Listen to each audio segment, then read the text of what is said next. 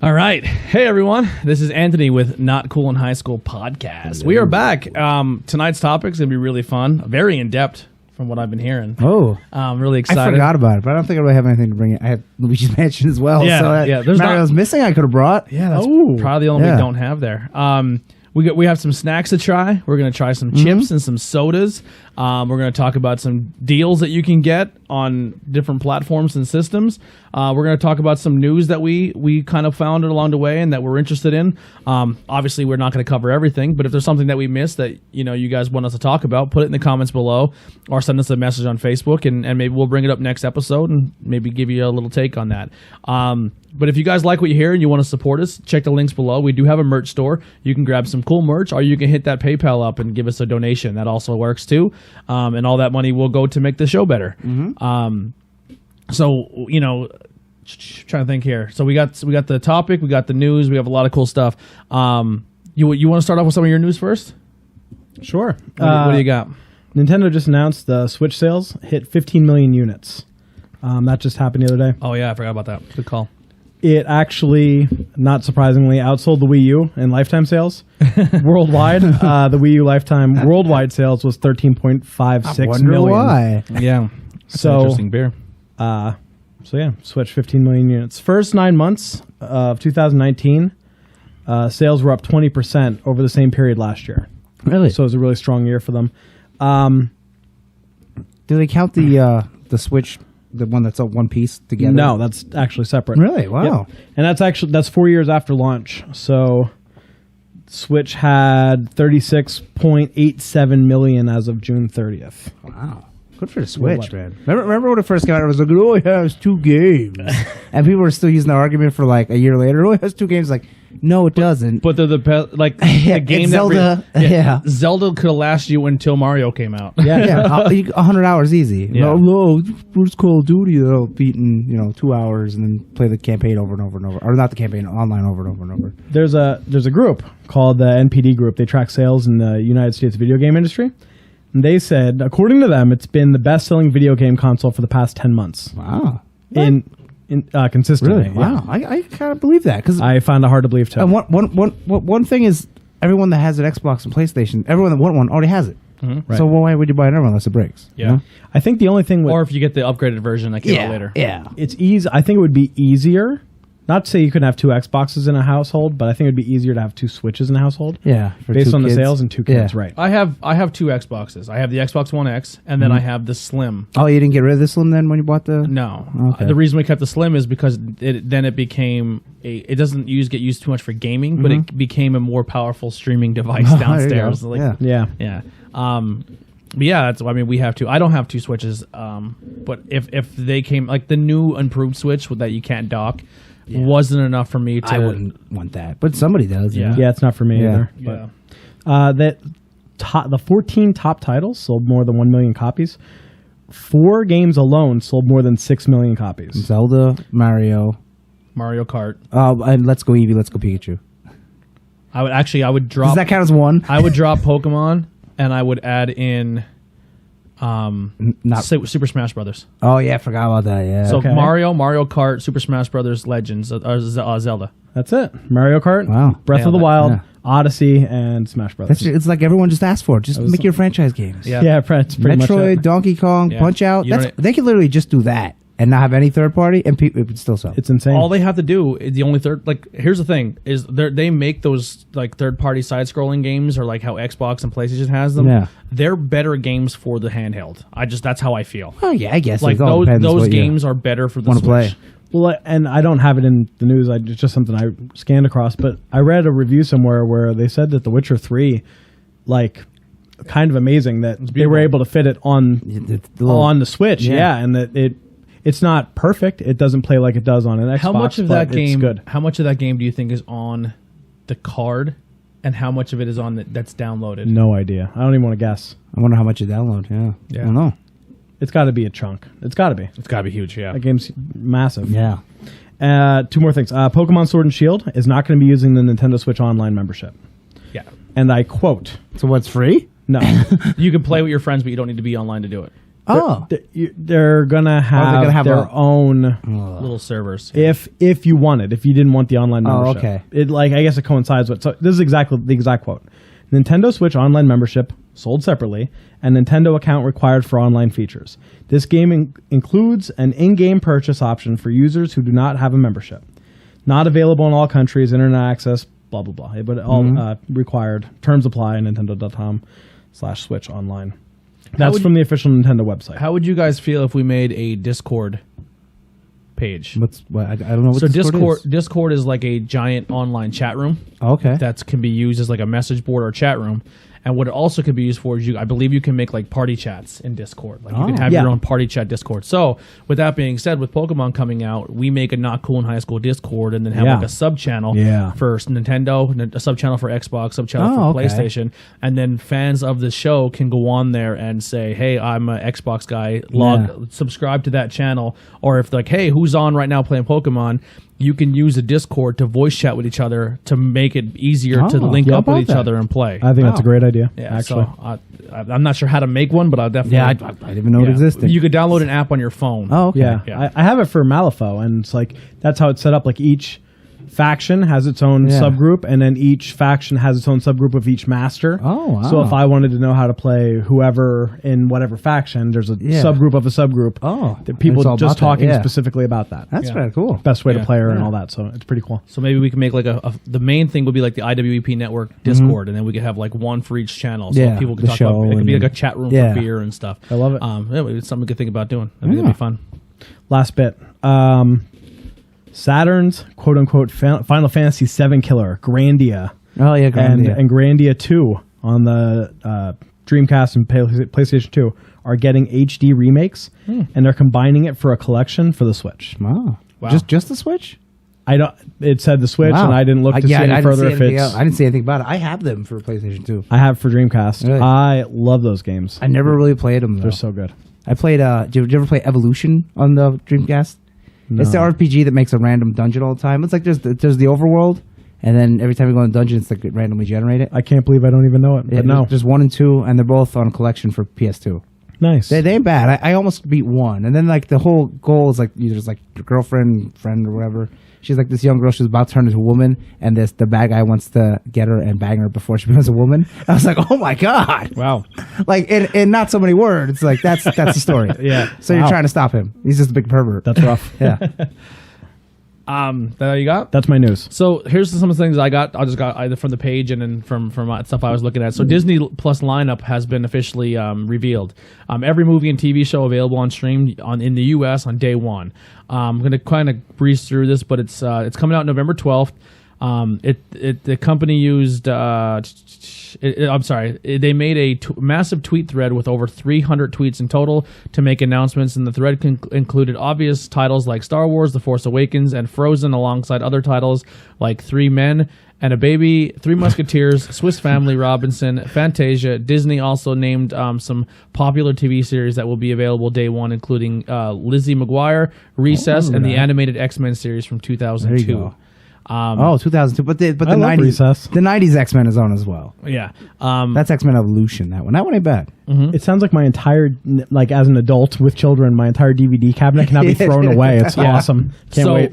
They have live action films dating back from the 1940s with Swiss Family Robinson. Wow. They have movies from the. I'm not going to go through everything. Yeah, but they would have everything Disney since the beginning, right? Why not? And acquired in the meantime. It's Yeah. crazy. It's All the Marvel movies are day one, a right? whole bunch of movies from the 1950s, like Old Yeller, Jungle Cat, Journey to the Center of the Earth from 1959, Davy Crockett and the River Pirates, like some old school movies that Classics. classics that like Steamboat Willie. that a kid would never watch until now. No, like yeah. that's awesome. Wouldn't even have access to watch it. Yeah. When's the last time you've seen Journey to the Center of the Earth available? Not the Rocks one, yeah. The Parent Trap from the Brendan 60s. Fraser. and not the Parent Trap with Lindsay Lohan. They're both on there. Yeah. The original Mary Poppins. Hey. Just trying to think of some other ones. Love Bug, like that was a good one. Herbie. There's a bunch of them. 1970s movies. You'll have stuff like Herbie Rides Again, Bed Knobs boy. and Broomsticks. Some of that stuff. Angela Lansbury. Yeah, and all their cartoon movies, I would just say are on Freaky there, right? Friday from the 70s, and then the 2018 one with Jamie Lee Curtis. You got some movies from the 80s. So you got The Great Muppet Pier, Flight of the Navigator. Ooh. The Tron. Muppet movies. Return to Oz, Yeah, Muppet movies are good. A Christmas Star, 3 Men and a Baby, which supposedly has a ghost in it. There's a ghost. I in that think I movie. read that somewhere. Yeah, there's supposed to be a ghost in there. So the Turner and Hooch was a good movie. Honey, I Shrunk the Kids, Who Framed Roger Rabbit, and 1990s. 3 Men and a Little Lady, which is the sequel. Little Girl. Sister Act, Honey, I Blew Up the Kids. Sister Act 2, I would assume, was on there. Yeah. I forgot these were all Disney movies. Yeah. They were though. Hocus Pocus. That's like a goth girl's like. Yeah. It ain't Halloween till they watch that crappy movie. I'll tell you what, I do not find Sarah Jessica Parker attractive. No. But she's hot as a witch in that movie. You took the words right out of my mouth. They do her up with the makeup. That's what it is. Yeah. Makeup could make anyone. She looks attractive. amazing in that movie. Yeah. And then every time, like, holy horse mouth. And everywhere else they're like, ooh. Yeah. Bette Midler, not good looking. Definitely not movie, not ever. Definitely not. No, that movie, not ever. Sorry, Bet. So yeah, sorry about that. If you're ever listening, She's still alive. I will say this: Sarah Jessica Parker has some of the nicest hair I've ever seen on a woman. Though she has really I nice would hair. give her that. Yeah, she has really. She ain't nice no Rachel from Friends though. Jennifer Aniston. Yeah, Jennifer Aniston is hot in anything, but that. Oh my God, But Friends yeah. is a terrible TV show. I don't want to side rail you. Never into it. There was Jennifer Aniston didn't have an Instagram, and she made an Instagram because she was hanging out with the cast from Friends. Oh well. So it hit the news because Oh. in the background there's a rails of coke on a mirror, like as they're hanging It out. definitely is. Oh, It definitely rails. that's the like, fat one hilarious. doing that. I'll fat be guy. there for you. Oh, boy. And we'll do some blow.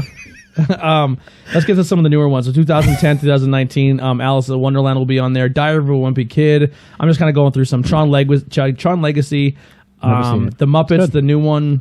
It's the Muppet TV show that was like The Office on there because I love that. Ooh. That got canned real quick. Yeah, it was on did. ABC. I don't It think was people so gave it a good. chance. Yeah. They didn't even let the whole season run. I watched the whole thing. I loved it. I loved it too. I was a fan as well. So then they have Disney animations dating back from the 30s with Snow I would White. assume everything. Yeah. So I'm just trying to get to the newer things to see if there's Those something. are the DVDs I get to throw out. Yeah. So the most recent animated one, according to this, is going to be Tangled Before, Ever, and After, and Moana. So 2016, Okay. 2017. Yeah. So nothing newer than that is on there yet. That's so Raven. I mean, Oh, I remember Yeah. that. So then some Disney television shows from the 80s that are going to be on there, like DuckTales, Woo. Chippendales Rescue Rangers, Darkwing Duck. great Say Darkwing Duck. Tailspin, Darkwing Duck, Boy Meets World, Gargoyles. Disney. Wow. Yeah, the Mighty Duck series, Gargoyle. He said gargoyles. I forgot about that. Hercules, Out of the Box, and Smart Guy, and then some movies from the 2000s: Lizzie McGuire, Kim Possible, That's So Raven. I didn't know Lilo and Stitch had a TV show, but there's that. Hannah Montana, the Mickey Mouse Club. That's from 2006. I don't know if the old school ones are going to be on there. It is. And then from I hope to God that's it. Star Wars. So There's a Can we picture say of Star Wars. There's There's a showing pictures of the Muppet Show. Oh, the good. Muppet series from 2015. Yeah, I think it only went for 10 episodes. Yep. Trying to think. So see who else is here. Girl Meets World is going to be on there. The Muppet series from 2015. Trying to see what else. Muppet Babies from 2018. Ooh. Not the old school one. The one from Oh, I 2000. never watched the new one. I didn't know there was a new Yeah. one. Pixar movies are all going to be on there. I'm trying to find the most recent one. Cars 3 is looking like it's going to be the newest Pixar movies. How about What's the one before that? Finding Dory. Okay. So that's the two newest Pixar movies. how about all the Marvel shows? They're all going to be on there. Star Wars is everything's on there up until Clone Wars is on there. Rogue One was the last one. Clone right? Wars, the TV show. Everything? Yeah. Yeah. I would New Hope's on there? I would assume Yep. everything, right? Yeah. I wondered if it's that. They got back catalog. I wonder So- if it's the bastardized New Oh Hope. yeah, or the- can you pick? New Edit Hope. it, unedited. Can Han shoot first Yeah. or does Greedo shoot first? Yeah. Which one do I It's get? choose your own adventure. New Hope, Empire Strikes Back, Return of the Jedi, Phantom Menace, Attack of the Clones, Story of the Star Wars Trilogy, Empire of Dreams, Star Wars: The Revenge of the Sith, Clone Wars TV series, Star Wars Rebels, Yeah. Lego Star Wars: The New Yoda Wow. Chronicles, Lego Star Christmas Wars special? Droid Tales. Christmas special. Yeah, I'm sure it's on there. A girl can dream. Yeah, I don't see it. You know what else he didn't say? The micro series by Gendy Tartanovsky, the guy that did the Powerpuff Girls. Okay. He did that 2-part series after Clone Wars. Oh, You guys really? remember that? No. What's it called? It's called Clone Wars. Just like the show was, but it was only a 2-part series. Animation. There's two different awesome. Clone stories on here. Clone Wars. Oh, that might be it then. I'm sure. Why wouldn't Yeah. they? If you did not see that, you should check If you that out. had It's access to super all good. that, why not? So and then there's the Marvel stuff. So the Marvel X-Men series from 1992 is on there. A Spider-Woman show from 1979. I don't remember that at all. It must have been one season. So I'm actually excited to see I that. kind of want to watch that. Yeah, I've She's never. probably like, oh boy, let's stop these robbers. Yeah, I shoot goo out Yeah. my fingers too. Silver Surfer from 1998. That was pretty good. The Incredible Hulk series from 1996. So that'd be the Lou Ferrigno. No, 96 would be that's cartoon. Is it okay? Yeah. Fantastic Four. It 1994. was the Marvel Action Hour, and it was Fantastic Four and Iron Man. They switched in with Hulk, and then also the Spider-Man was around. Spider-Man, that one. Captain Marvel will be the newest movie on that. I don't see any like. And Endgame? Not all of the Marvel movies are on there. Most of this looks like some movies and then mostly some cartoons. Oh, I thought they said all of them day one. No, so I don't see it on there. So I don't see like Endgame or anything like that on Why here. wouldn't you? Yeah. But it is just the start. So, I mean, not everything's going to be on there right away. So there's going to be some National Geographic stuff on there. So some documentaries, which I'm into. So if you want documentaries. nudity on Disney Plus, that's the place to find it. Yeah, you want to see some African Yeah. movies. And then some random stuff. You're going to get Little Einsteins from 2004, Oh, Ice Age man. is the Greatest Escape, and then all 30 seasons of The Simpsons. Wow. How does that work with Fox? And like, I don't know, Disney don't own Fox, right? Yeah, 'cause And- they bought the... They buy Fox. Yeah, that's part of that conglomerate they bought. Oh yeah, that's right. Because they're making the meme with the Infinity Gauntlet. He's putting the stones. Yeah. and it's like Fox and. Any idea what the start price is for that?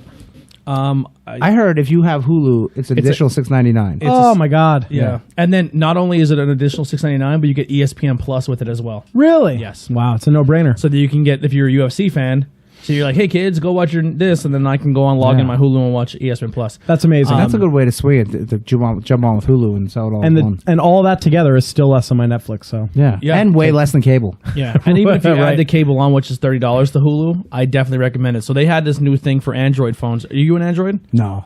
You're not? I have iPhone. Did it still work? So when I gave you my login and were you able to go back and watch? No, I didn't try it. Actually. Okay. Yeah. Because they're saying that now with this thing is you can, I don't know if they just I was going added to do the my Android. computer. Yeah. Or oh, yeah. PlayStation. So if I DVR a show, it doesn't physically DVR to my system. It's like a cloud DVR. Okay. So then when I Makes sense. gave Andy my access to Hulu so he can now watch Raw and SmackDown, our AEW and stuff like that, and he doesn't have to wait the next day and then watch the chopped version. He can watch the DVR That's version. awesome. And I was watching on my phone. It worked Yeah, I was out going great. to watch my PlayStation. We put a really Yaz put a really funny meme up that actually had me laugh, and he says, when you're actually signaling to Tony to wait a minute because Captain Marvel was on her way and come back to kill Thanos, but Tony just grabs the stones and fucking kills himself Yeah, instead. that was and Steve pretty good. Carell like, Yeah. like, oops. How about that Batman game they're saying? He plays the whole Bat family. Yeah, so that's gonna be the Court of Owls game. Yeah, I remember. Supposedly, Yeah, we believe Nightwing and then Tim Drake, Robin. And I Yep. assume Batgirl and maybe Batwoman. I Maybe don't know, Harley. I don't know if you're gonna have all that in the game. I think it'll be like 4 people. Right? Yeah, I don't think it'll be a 4 on all times. I think it'll be one of those things where it's like, oh, once you beat the game as Batman, you can go do like challenges, which is stupid. Which I don't like that. But if Yeah. you unlock that character playing the game, that's okay. Yeah. Retromania Wrestling. They Every officially system. announced it's going to be on everything: Nintendo Switch, Xbox, PlayStation, and Steam. Awesome. Really, really excited for that game. We talked to that That's guy. probably gonna be like $20. Yeah, we talked to that guy on the show. He called in. Unfortunately, we fucked up, so the people listening couldn't hear it. But we heard the whole conversation, and it was beautiful. But it's literally it's like WrestleFest but a lot more detailed. And he got to play a little demo of it. But I'm really excited for it. I can't wait for it to be something soon. So another cool news, if you're into the Netflix Ted Bundy series that they just came out, Girlfriend's going to break silence after 40 years in a chilling Amazon documentary. So if you want to find more of the Ted Bundy story, more is coming to you. Huge Halloween sale going on PlayStation, so I'm sure Andy will get into that in a minute. And then speaking of Andy, how about and that? you want to support him as a wrestler, and his nerdiness, which we love here as well. The sweet design. Andy just released his brand new Uncanny Blue issue number 123. 1, 2, 3, 123. Get it? Yeah. 1, 2, 3. Blue and gold T-shirts. Yeah. They are awesome. So right now the shirts are pretty much made. I ordered them last night, and they emailed this morning saying they're hitting the printing and they're being pressed. I'm like, that's awesome. That is awesome. So I might have them by the end of the week. Yeah, so the first shirt's going to be a black shirt. Yeah, and it's not black. It's like faded black. They call it mineral black. So you know that one that's like has little yellow streaks going through it? Yeah. I thought that would stand out. Yeah, 100%. And I was like, let's just do that. We'll get 30. We'll see how it goes. And then we'll get blue, and then we'll get yellow. Yep. So, and then blue and yellow, we can get big sizes because somebody asked for 5X. Honestly, 5X is a little hard to get. Yeah. So I was like, I think we can get with the blue. What you could do is for the, like, you can get shirts, like how we were saying before, you can do the shirts now, get the people buzzing, and then maybe even do the Teespring thing. Yeah, to order. When you put you them have on to see Teespring. like how the ratio be like making money off them. Yeah. And, But it'd be like something like that, hey, if you can't make it the show this weekend, you can still grab a blue and gold shirt. It's pretty cool though. I used was it shirt spring or something shirt. I forget that. I'll get the name of it. But you can pick your shirt. There's all different ones. You get ringer shirts, whatever. Oh, wow. But the more you order, the bigger the discount. Nice. So they obviously want to make bulk because if you get 2 shirts, Right. it's going to cost you $50. I can't wait to own one. Yeah, I will have all 3. Yeah, I'm gonna have them hopefully by the end of the week. I'm really excited for this black one, and he gave a cool thing. Not to cut you off. Go ahead. Should I get mine through you, or should I go? Yeah, I'll bring it. Yeah, Right, sweet. I'll bring it up physically. The artist sent me the image, obviously the final image, but he also sent me the image with no black, and he said this will help for screen printing. So when you transfer to a different that's color awesome. shirt. So depending on what shirt, so this one actually has no black in it, so I put it on that shirt, Yeah. and then the blue one, if I did that, like I'd have blue hair. Yeah. But it's pretty cool that he gave me that. He also gave me the logo and my. So your hair will be blue in the other one? No. I'm gonna use the other image. So with the black. So I have an image with black and without black, right? Okay. So we take the without black image and put it on a black T-shirt, fills it in. So it saves on printing costs. But this website doesn't really matter, but it was cool that he did that. Yeah. And I that's also awesome. have the logo that I want to get stickers made. So it's pretty cool he did all that for $75. Yeah. That's so awesome. Yeah. Another cool news. Not really anything crazy. I just thought it was a cool little factoid. But vinyls are expected to outsell CDs in 2019 for the first time since 1980s. Makes sense. Records is are awesome. huge right now. Yeah, for the past couple of years, they've been gaining popularity. No one listens to CDs No, anymore. CDs are so outdated. Yeah. Yeah. People rather stream nostalgia. the music, but then own the physical vinyl. Yeah. Yeah. Because it's just a record is cooler than a CD. I mean, looking and Yeah. look I at feel like this. we're finally in a good place with that. I was happy to read that, actually. And then this is really, really cool. If you're local and you're a big fan of The Office, like I am, and probably, I don't know if you guys are big everyone Office with a normal functioning brain is. Yeah. What's the Murder My Dude guys are big, not Office fans. Really? Yeah, That we were sounds- picking on each other a little bit. But they're actually having a fan festival in Scranton this July. It's going to be a 3-day festival in Scranton. Wow.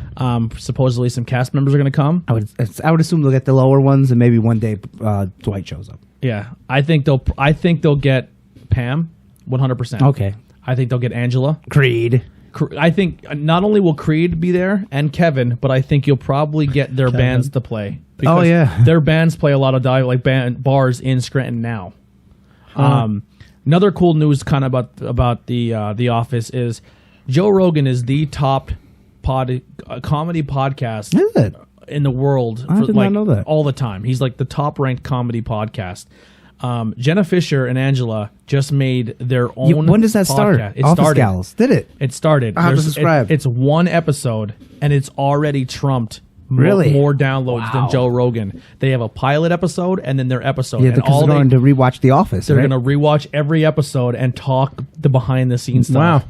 So if you're an Office fan, That's huge. Yeah, and it's called That's- Office Gal. So just search for that on wherever you find podcasts. every single thing that show does, Yeah. and they even reference or hint it, people lose their fucking minds. It's insane. There was no spinoff. They're not a spin-off or True like Farms. they all want the reboot. They all want something. Yeah. Like the cast wants it. It cannot not happen, right? I don't know.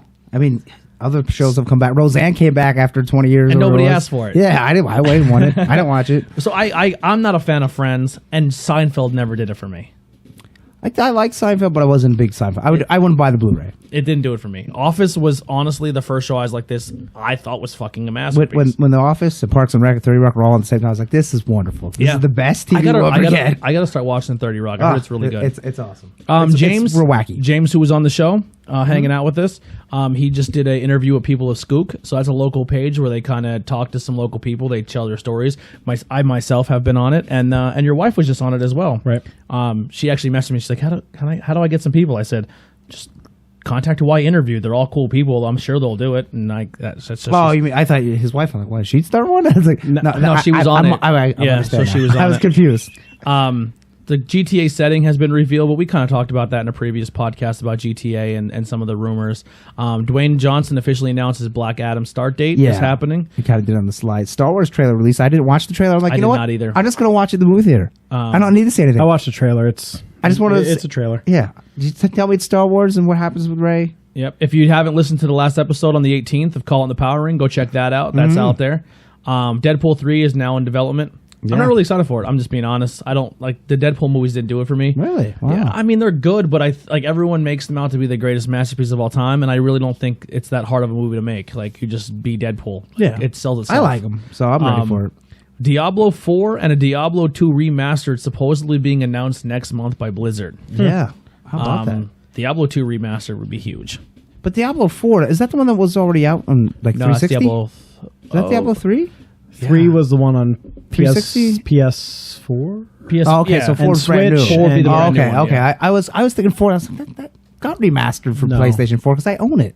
No, But that's 3. That's 3. Okay, Yeah. 3 was fun when they added the Paladin. I forget the name of it. And the Witch Doctor. Yeah. Yeah, And you the can just Demon ride Hunter. You can level up your horse. You can just ride your horse like Holy Fury and just Yeah. trample everywhere. Like, ah! Just did an interviews with other people with Sean Eric West. If you want to go check that out, a local guy in the area. He's in a new horror movie coming out called Back Road.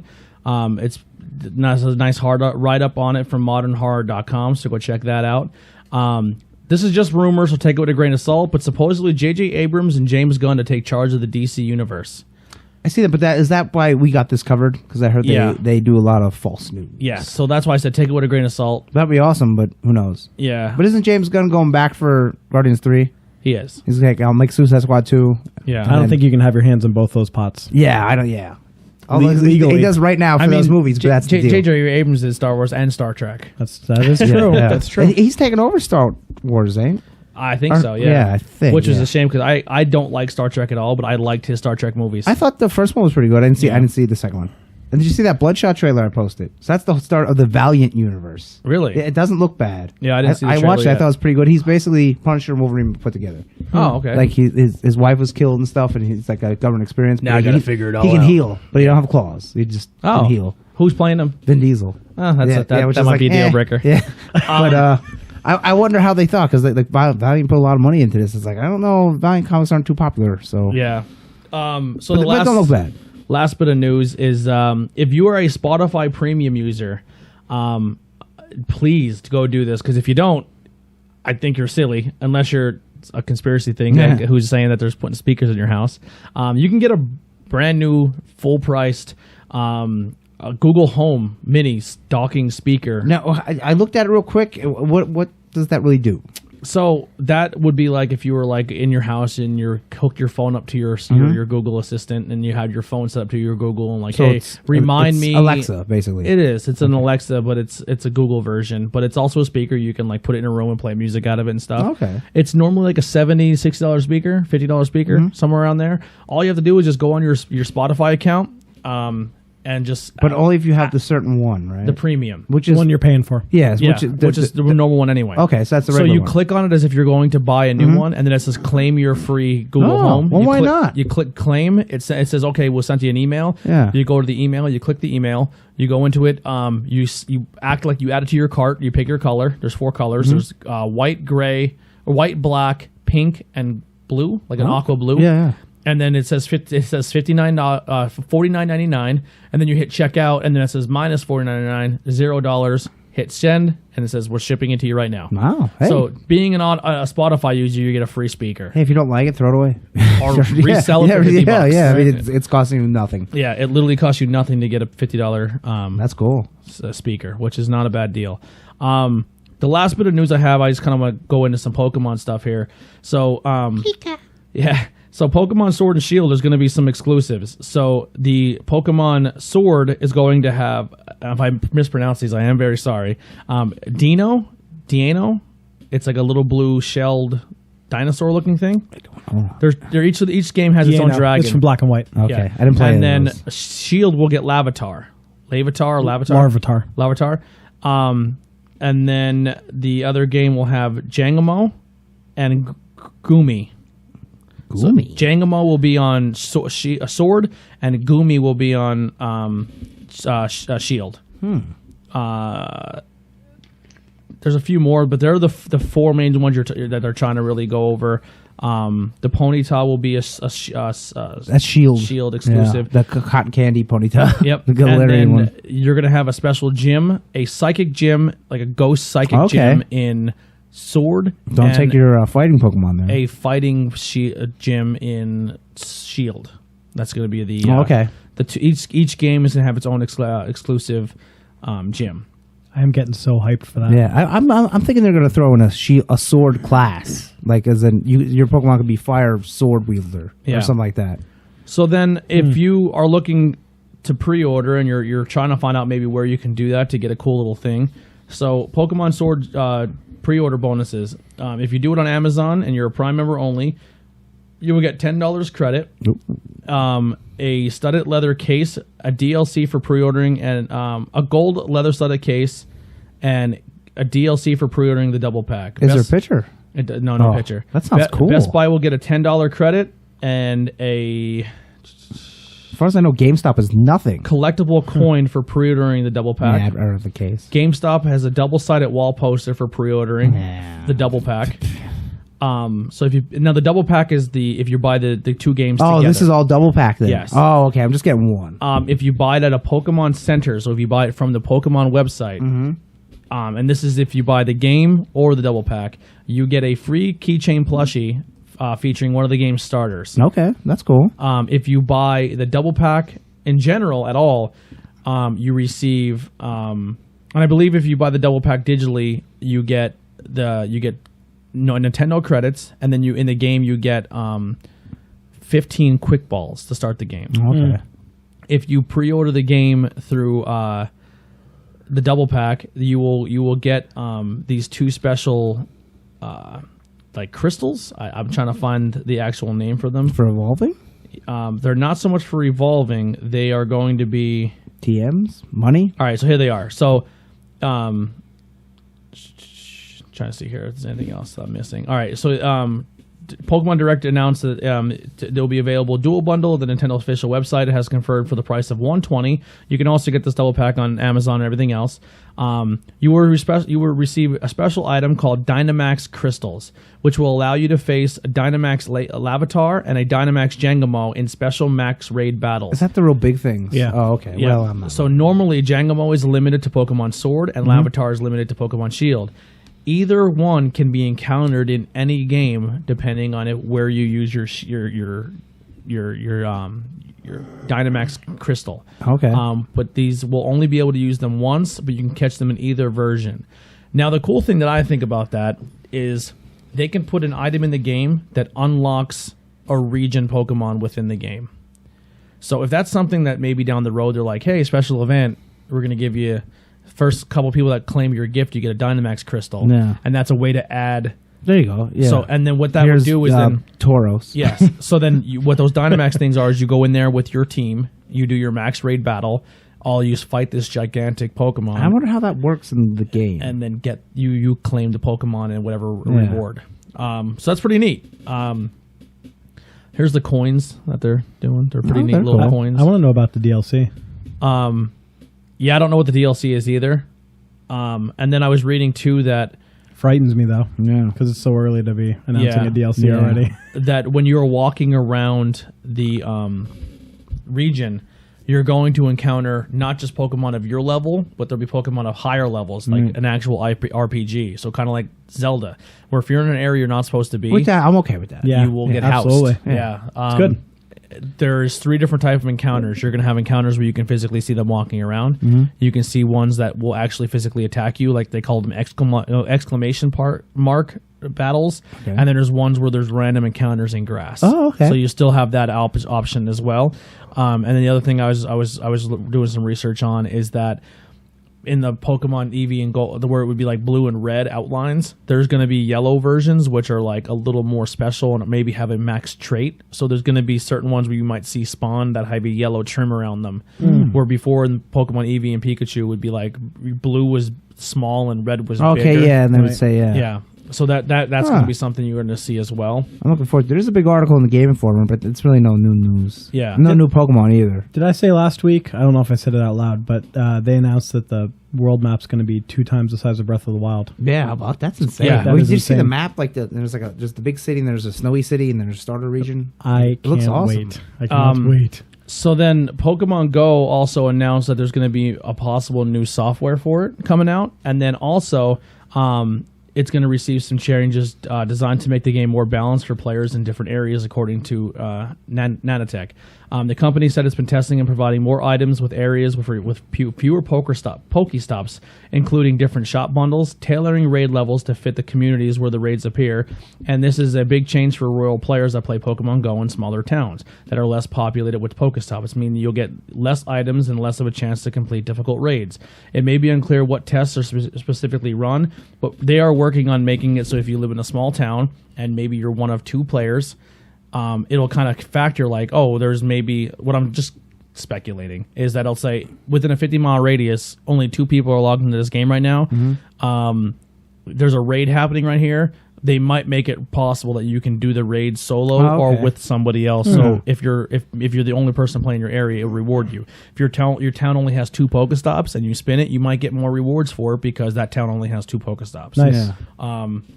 Which the only non-benefit thing I might see with that is like bigger city people will. I don't see that why they would, but maybe if they were like, oh, I can go to this town because I know it only has 1 or 2 Pokestops, and I know if I spin those, I'll get more things out of it.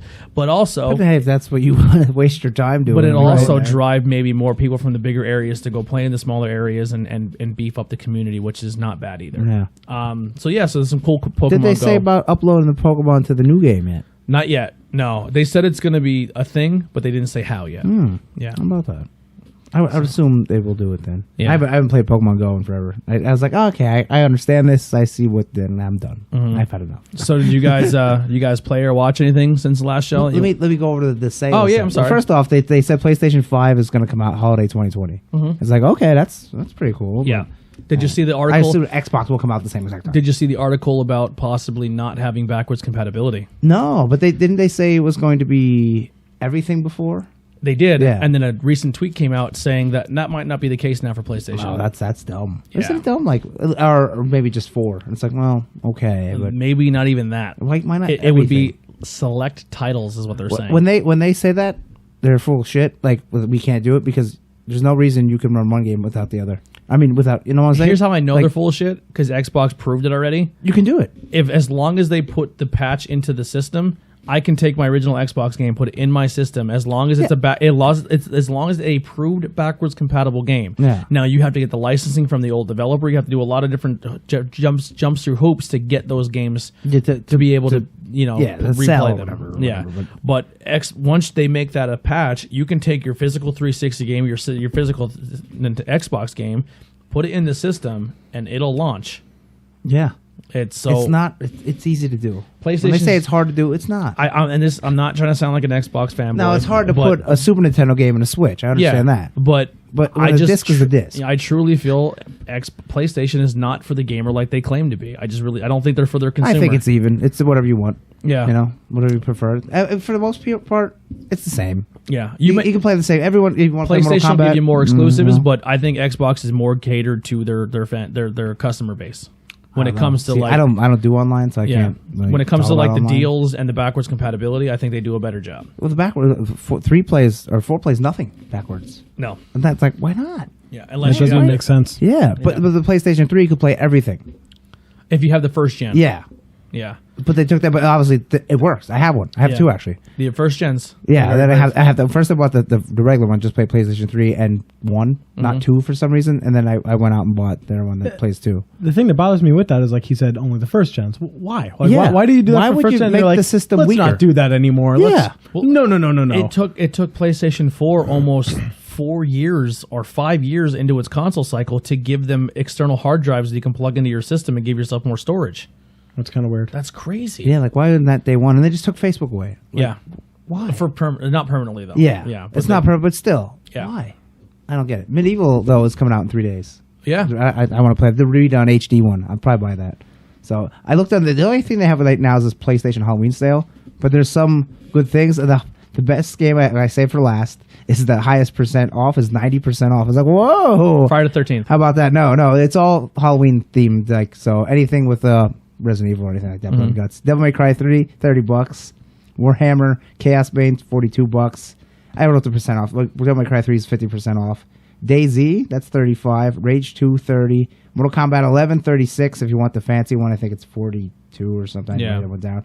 They were 40% off. World War Z, $20. Resident Evil 2 Remake, $30. That's pretty good. Hitman HD Collection, $21. That's a 65% off. I was like, that's the biggest one I found so far. Then Darksiders 3, that's $10. Arkham Collection for $18, 70% off. That's really good. Yeah. that's For not bad all at the Arkham games. We Happy Fuse 30. Vampire with a Y is 15. That's 75% off. Like, oh, we're getting it. We're going to get it. Dead Rising 1 and 2 for $6 a pop. That's Wow. well worth it. And then the whopping game that's 90% off that comes in at a whopping $2, Murdered Soul Suspect, which is not that bad. It's a fun. No. It's like a supernatural LA Noir. Or what's that game? LA Noir? Is that the LA game? Noir. Yeah, but not as. You can't do as much. Yeah. It's not bad for $2. So the Xbox sales could be up to 50% off on this first one. It's called the Bomb Drop sales, and this is all your Fallout I was gonna games. say. So you can get Fallout 4, 76, all that. 76 standard editions, $23. You can get Fallout 4 standard edition for $12. You can get the season pass for $25. You can get the Fallout 76 $60 version, the Transcendental edition for $30. And then all the DLC is looking like it's going to be around $6. Actually, depending on what DLC, it'll be a little more, a little less. But you can get all your Fallout games now. Then the other sale going on right now is the Tom Clancy franchise sale. So you can pick up games like Ghost Recon Wildlands, Siege 6, Division 2, and then some other games that are on Xbox Gold right now for sales. You can pick up is the Saints Row games, backwards compatibility, the old school Tom Clancy games, backwards compatibility, Fallout 3, Fallout New Vegas, and then it's always on sale. So I really don't want to don't talk about it so much, but Grand Theft Auto is on sale again. So I think that game lives on sale. And then you can grab NBA 2K20, I think, on sale right now as well if you're into that. But that's pretty much it for the sales on Xbox. Okay. For Switch, Nintendo, rather, Walmart is still offering $10 off 2DS with a new Super Mario Bros. 2 bundle. Okay. The spotlighted sales, they have Crawl. It's $14.99 normally. It's down to $7.49. That's an arcade dungeon crawler, 1 to 4 player local. It's interesting because it's a 3 versus 1 monsters versus the hero. And the game only lasts 30 minutes. So it's meant to be like banged out. And it's, I guess it's kind of like it plays like a game of tag. You're it. Where if the monster is able to kill that hero, then you become the hero and you have to fight against your friends as playing the monsters. It has supposedly a huge variety of weapons and over 60 playable monsters that you get to choose from. So, Shovel Knight Spectre of Torment is $5. You could also pre-purchase Vampire with a Y, 10% off. It's a narrative-driven action RPG. So normal price is $50. It looks pretty $45. good. I just never got around to it. I think that's the one I was starting The to play. third person one. Where it takes place in like London, England. Yeah. In like the beginning of like the plague, and your character wakes up in a ditch and he feels super strange, and here he was attacked and he was bit by a vampire, and now he's like struggling between being a vampire and being human, and then you're trying to find the vampire who turned you. Okay. Because you want to get that revenge. This game is a pre-purchase. It says it comes out 10/28, so I don't know if it is the same game. Oh, it might not be then. Never mind. No. November 1st, 50% off Slender, The Arrival. Ooh. It's a survival horror game, $5. I played it. It's terrible. Dude, I played it one time and it scared the fuck out of me. Yeah, I mean, I did. It scared me. I'm like, this is a very bad game. Yeah. Like, it's like People oh. raved over it. I guess The Arrival is like a remake of it. Oh, What was the okay. original one on? It's called It's a Slender. computer. Oh, okay. Just PC. And Xbox. Oh yeah, it's just terrible controls. You have to Just- find like notes, like pieces of paper. It's awful. And then Slenderman chases you around, and every time he chases you, it's just like, I know if you like the subject material, the game is better for you. But Yeah. like, that game is terrible. it's literally just like there's really not much to it. Yeah, and then you hear white noise when he comes, and, it's Yeah. just like, and he just kills you. You can't do anything. You just like find shit. It's terrible. And you walk real slow. It's awful. Sounds like a bunch of other games I've already played, actually. Yeah. 40% off Mortal Kombat 11. The discount applies to Standard, Premium Edition, and the Combat Pack. Just so you Okay. know. So 40% off all around. Valfaris, so I talked about it last week. It's that the heavy metal Yeah, shooter. 2D action platformer. That's only on Switch. Is it? Yeah, I looked at didn't it. know that. What I couldn't find it on PlayStation. It's 10% off, and I got a little bit of information. It's made by the team who did Slain Back from Hell. Oh, okay, I have that. Yeah, So, and it's that very won, bloody, and that has a metal soundtrack. it It's won hard, though. a Unity Award finalist. Really? So I guess Unity has like their own award system, Yeah. and they placed really high. The music is by Celtic Frost guitarist Kurt Victor Bryant. Wow, Celtic So, Frost. yeah. How about that? I thought that was pretty interesting. Also, they're spotlighting a Bandai Namco publisher sale, so it's up to 75% off, big savings. So it's games like Dragon Ball Z, Tales of Vesperia, One Piece, your anime. But Namco, Video that could be games. Tekken, but there's no Tekken. There is no I Soul love Calibur. Sword Art Online, Naruto, any of those Okay. kind of games. Before you jump into this one real quick, speaking of heavy metal news, I went to go see Steel Panther over the weekend. There was some controversy with them. So they did an interview with this kid on YouTube, and he's like a 10-year-old or 15-year-old kid that interviews boy. bands. And one of the questions he asked is, if you could bring back any rocker from the dead, who would you bring back? And then obviously something funny. Styx picked a drummer, and then Michael Starr picked a singer, and he chose Vince Neil. And they reminded him that He's not dead Vince yet. Neil's not dead, and he goes, "Oh yeah, but the old Vince Neil's way dead. I wish I could have that guy back." Well, Nikki Sixx didn't like that Really? comment. Yeah, I guess Steel Panther and Nikki Motley Sixx Crue can has go fuck been himself. throwing shots at each other for a while. Yeah. I guess Motley Crue says like, you're trying to be us, and Steel No Panther's shit. like, yeah, Yeah, that's exactly what we're doing. Just don't take us very seriously. Yeah. We're They don't fucking take around. themselves seriously. Yeah. Yeah. So I guess he called them he called them backstabbing assholes and said that they're a wannabe band. So right before they went on stage, they put a tweet out saying, "Oh, backstabbers like this," and they put the MTV interview when Vince Neil got hurt in a wave runner accident, Okay. and he like got internal injuries and had a bunch of broken ribs, and it was right after they kicked him out of the band, and they made jokes calling him fat and saying Oh, when a Jesus. 900-pound whale lands on Oh. and they asked how the coral reef is doing, Oh, boy. and like made fun of Vince Neil, and then they said, "Oh, like we're backstabbers, kind of like you are to your own band member when he was going through like a tough time in his Yeah. life." I don't know what the response to that was, but during the stage, I screamed out. I said, "Rest in peace, Vince Neil." And then he immediately shut me down by saying, "If you don't shut your mouth, I'll fuck your girlfriend." And I said, "You won't." And then he goes, and then Michael Scar said to me, Michael Scar. Michael Scar was there. For the Michael midnight. Starr said to me, he goes, and after he fucks your girlfriend, I'll fuck your mom, dude. Whoa. And I fucking gave him the rock fingers, and he kind of gave me like a wink and the rock fingers back. And then that was the end of my Steel Panther show. That's like Coolio getting mad at Weird Al. Yeah. Look at what happened to his career. Yeah, so they... Well, what was Motley Crue done? The dirt they didn't do, so that doesn't count. yeah. Right. What has Motley Crue done in the past 10 years? Well, there was the book to go with it, but other Yeah. than that, nothing. Yeah, Yeah. nothing. They're done. I'm they're still, not gonna. I'm still listening to the book. It's still a fucking amazing book. You all right? All right. Yep, it's all you. That was awesome. Good story. Yeah. And then the other Nintendo sales. I didn't realize till this week that they're actually still offering digital sales for Wii U games. Oh my god! As I got down to the bottom list, I was like, "Holy crap!" I was like, "Look at this." So, why? But none of them were none of them were worth mentioning. So, Did currently, you guys ever pick up that game last episode that was like 6 cents? 9 cents. No, it's still on sale. Oh, too. I forgot about that. Still on sale. Revenge of the Bird King. So they currently have Nintendo has 364 games for sale on the Switch, Wii U, and 3DS combined. Some notable ones: Mabel in the Wood, $13.49. Rimlands: Hammer of Thor, $7.99. It's a turn-based RPG. Steampunk meets Norse mythology. That sounds cool. they What's that one called? Rimlands. Did they ever put? I know if you on your 2DS, you can go back and get certain games like old school games and stuff like that on your 2DS for digital download.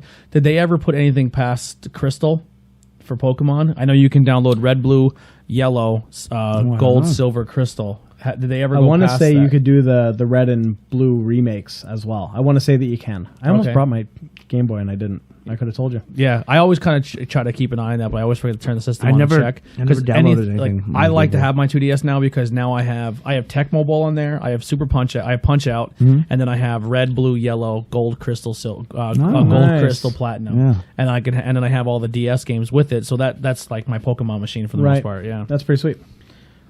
There's a game called Lost Castle. I have it on PC, although I have not played it. Ashamed.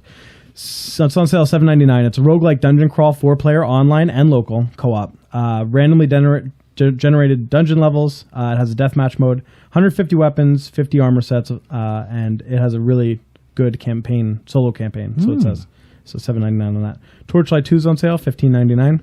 I'm right there, and I'm level 50. Nice. And I'm right before the last boss. I think it's the last boss. So I did not realize they made a new Bubsy. It's called Bubsy Paws on Fire. Yeah, Bubsy. It was released August 29th. That's $14.99 right now on sale. I have the 3D one for PlayStation 1, and there's one for Genesis, but I don't think I have it. That's crazy. Sniper Elite version V2 remastered, $17.49. This one I thought looked pretty interesting. I actually might get it for the kids and myself. It's called Greco's Hall of Kanji. It's beginner only. Okay. $11.89, but it plays like there was like 2 modes of play. So the first one would be like a ghost comes up and it has a kanji on it. Yeah. And you have to, through repetition, like draw it. Oh, wow. And you keep practicing, and the better you get, better scores you get. And then like later on when you move in through the game, it will give you the kanji and take pieces out. So you got to connect the lines almost. It teaches kanji characters, which is very hard to learn. So I thought that was pretty neat. I'm actually that's cool. You could be like Andy and be able to read Japanese in no time. That would be awesome. If we could even speak it, it would be even better. I thought this was really crazy too. Probably not worth playing, but I thought it was worth a mention. I did not know they were still making Leisure Suit Larry games. There's one called Wet Dreams Don't Dry. Oh boy. There's one for Xbox. I don't have it though. When you like look up these games on sale, if it has like that Malfaris game, I had to put in my birthday, right? Okay. I went and looked up Leisure Suit Larry. I clicked on it because I was like, well, you got to be kidding me. Yeah. They did not ask my birthday, so I know it's already not good. I know the one from Xbox is terrible. I don't know if we ever talked about it on the show. The Angry Video Game Nerd. But have you ever heard of the game of the Guy game? Yeah, I heard of it. So I have it on my modded Xbox. It's on there, but supposedly you can't even buy it because there's a girl in the game who snuck onto this game show. Oh, we talked about that. And she showed her. She got naked, and she was like only like fucking 17 or 16. Yeah. It's one of those weird like rated R games that was out for a system. Like that I have that bike riding game that Game Crazy wouldn't take. They're like, no, and I was like, what do you mean no? I can't trade it in. They're like, no, we won't take that. And I was like, wow. Yeah. Still have it somewhere. That'd be a cool episode, like banned games. Banned games. Yeah, Leader Solari. On sale, $27.99. Revenge of the Bird King, normally $5. It's 9 cents. I might have. I said last time I'm going to do it. But I don't got the 9 cents. Action platformer, and it's an RPG light. Wow, it's worth 9 cents, even if it's got to be for half an hour. It's got to be. Machinarium. It's another game I have on PC that I never played. I bought it on one of the Steam sales and just bought it cheap. $4.99 currently. It's an adventure puzzle. Multiple award-winning game. So. Lego DC Supervillains. All the Lego games are still on sale, 50% off. Wow! So $29.99 for Supervillains. Batman: Enemy Within, $7.49. The Scribblenauts Mega Pack, which would be Scribblenaut. The DC Scribblenaut game is really good. I never played any of them. I played the first one. I thought it was really good. It's fun. Did you play the DC one? DC Superheroes one was good. So that's in it. So the Scribblenauts Mega Pack is unlimited and unmasked, which is the one Tony's talking about. Yeah. You can get both of them right now for $15.99. I'll do Steam real quick. In Steam news, if anybody doesn't use Steam very often, they have these massive sales a couple times a year. The summer sale, the Halloween sale, the Thanksgiving sale, and the Christmas sale. Yeah. Christmas sale being the biggest of all. They're notoriously super secret about the dates. They don't like to give the dates out until it happens. They want you on there every single day checking to see if the sale started. A bunch of multiple developers leaked the information on the sale. So we got the dates. The Halloween sale starts October 28th and runs to November 1st. The autumn or Black Friday sale runs from November 26th to December 3rd. And the Christmas sale runs from December 19th to January 2nd. Wow. The biggest sale of the year being 2 weeks. Steam currently has 1,136 games on sale as of today. Some notable ones, and I only took a couple. Yeah, I would go through all 1,000. Released today, grabbed my attention right away. It was called Moons of Madness. Ooh. It's an adventure, horror, sci-fi, Lovecraftian. Ooh, I'm already. I'd like to play it. It looks awesome. The screenshots were awesome. Wow, I hope it comes to console. And I didn't look to see if it did, but so that's on sale right now for $19.99. Normally $25. This game came highly reviewed by pretty much all of my close IRL friends. I do not own it. I've never played it. Kerbal Space Program. It is a space simulator sandbox. So I don't want to compare them to Minions because then you'll think they're cheesy, but they're like these little dumb people that you have control over, and all they want to do is get to outer space. Okay. So you have to guide them through. But it's a sandbox game, so it's not like you go and pick up that generic tool. It's a circle that fits on the circle on the rocket. You have to think about how you're going to build your rocket, and it has to fly. You actually have to think about fucking launching a rocket. Yeah. So you could use anything. You can take this beer can in game. It wouldn't be a beer can, of course, but you'd find this piece of metal, and if you just put a rocket here, you can fly it, but it's going to go. Yeah. So you have to use your fucking head. That sounds kind of cool. That is on sale. Normally $40. It's down to $9.99. 75% off. Moons of Madness, first-person cosmic horror game mixing Mars exploration with Lovecraft. Coming Halloween 2019 to PC, Xbox One, and PlayStation 4. There you go. I'm going to pick it up. Nice. Looks good. Autonauts. It's another new game. It's like an indie base building simulator. That's on sale for $15.99. There's a new Jackbox, Party Pack 6. Oh, wow. It was actually a really high seller on Steam, and I thought that was surprising. $24.89. I have all the other ones on Xbox. $24.89. We actually might play them during the Halloween party. Nice. Hey now. The Long Dark, another game that I've seen. It was released in August 2017, but I've seen it so many times. Apparently, it's very good. Never played it. Survival, open world, exploration, atmospheric. $30 game. It's down to $14.99. Stellaris, which is a space grand strategy sci-fi game. Grand strategy meaning you are controlling every bit of everything. Yeah. Wow. $40 game down to $10. Titan Quest. Anybody ever here play Titan Quest? No. It's just like Diablo, but it's PC Diablo. Oh, okay. Well, so is Diablo, but Yeah. the anniversary edition, normally $20. It is right now $4. So it's a hack and slash. It's that's worth picking up for $4. Yep. Yeah. The Dirt games, Dirt Rally, Yeah, they're fucking hard. normally $40, $7.19. Those shits are hard as shit. Dirt Rally 2, normally $60, it's $23.99. And Dirt 4, normally $60, it's on sale for $12. And then another one I thought is a high seller right now, Killing Floor. You guys never heard of it? It came out in 2009. Killing Floor isn't that what, Seen it, but I don't know. It's like a zombie survival. Isn't that the like Killing Floor and Hotline Miami are supposed to be like the same, like top down fighting? Like, No, Killing Floor is not a top-down. Hotline Miami is. Yeah. It's a first-person shooter. It's kind of like the Call of Duty Okay.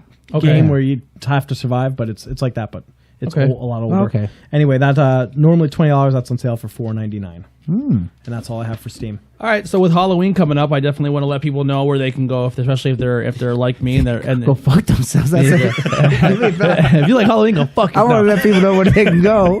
Straight to hell. So if you have some of these streaming services, this is not my recommendation. So if they're terrible movies, then Blame the article. yeah, go blame the Chicago Tribute.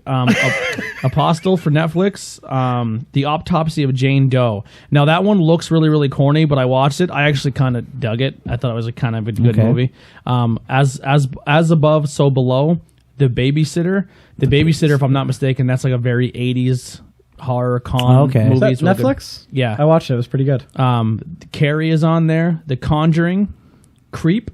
Hush. Hush is really, really good. Hush is about a girl who lives out in the middle of nowhere in like a cabin, and she's deaf, and then these intruders are trying to break in and kill her, but she really can't hear them coming. Okay. So it's super. It adds a whole new level. Not big fuse with Batman Hush. Yeah. The Ritual. Scream, which is still one of my favorite movies of all time. Train to Busan, which is supposed to be a Korean zombie movie that people rave over. It's supposed to be phenomenal. Trucker and Dale vs. Evil. The Witch. Veronica, which is supposed to be as like a possession movie, and it's all in Spanish. So you do have to read it, but that one got really good reviews too. Amazon Prime has Annihilation. A Quiet Place, which I really enjoyed. Speaking of the Office, John Krasinski's in it. Black Christmas, Hereditary, which got good reviews. It Comes at Night, Sleepaway Camp, which is a great movie. A Hole in the Ground, Silence of the Lambs, and then Hulu has Hellraiser, Mother, which I have not seen yet, but I heard is really good with Jennifer Garner. I watched Hellraiser. I thought it was absolutely terrible. Which one? Hellraiser. I never got into Hellraiser. I was like, this makes no sense. Yeah. Saw, the first Saw. Evil Dead, The Orphanage, and that's pretty much it. Now, I know there's another new one out, I think, just hit Netflix. It's called Eli. Don't quote me in it. If I'm not right, I do apologize. But it's supposed to be like the next big thing everyone's talking about. It's supposed to be super, super scary and it's supposed to blow your tits off. So with that being said, before we get into the topic tonight, Andy, you got some snacks for us to try. Yeah. Let's see. While you bust them out, I'll hobble my way over and grab some cups. Okay, you do that. Here's wrap snacks. I'll put that to. So there's a couple wrap snacks, and this is the Cardi B flavor. I know nothing about Cardi B except she's an idiot. Hey now. Yeah, she is. Now. I heard her talking to Howard Stern. I said I want to punch her in the face. Hey now. When you call McDonald's McDaniels, you're an idiot. Even Howard said McDaniels. Anyway, he did tell her to slow down too. Yeah. So these are cheddar barbecue real quick, hold on. I don't know if I address this, so I just don't think people think I'm like dressing up for Halloween already. So there's a game coming up. I just realized that I'm sitting here with my hat backwards. From the side, it could be LA Kings jersey. I mean, I don't know. So there's a game coming up November 2nd, I believe. It's in Reading, Pennsylvania. It's an indoor hockey team, minor league for I believe the Flyers. They're called the Reading Royals, and they're doing a Batman night. So they had a sale where they're like made a special custom jersey of Batman. Obviously, I'm a big Batman fan, and so I am kind of looking like Kevin Smith tonight, who's also my hero. So I'm cool with it. Yeah. All right. So wrap snacks. Yeah. If you want to find them, you can go to rapsnacks.net. There's other flavors. It was a weird ranch one. I hate ranch. So I buy that, and I couldn't find the other one. So right. these are chips. So the only thing is when we eat, we can do this whole little number. Yeah. Right.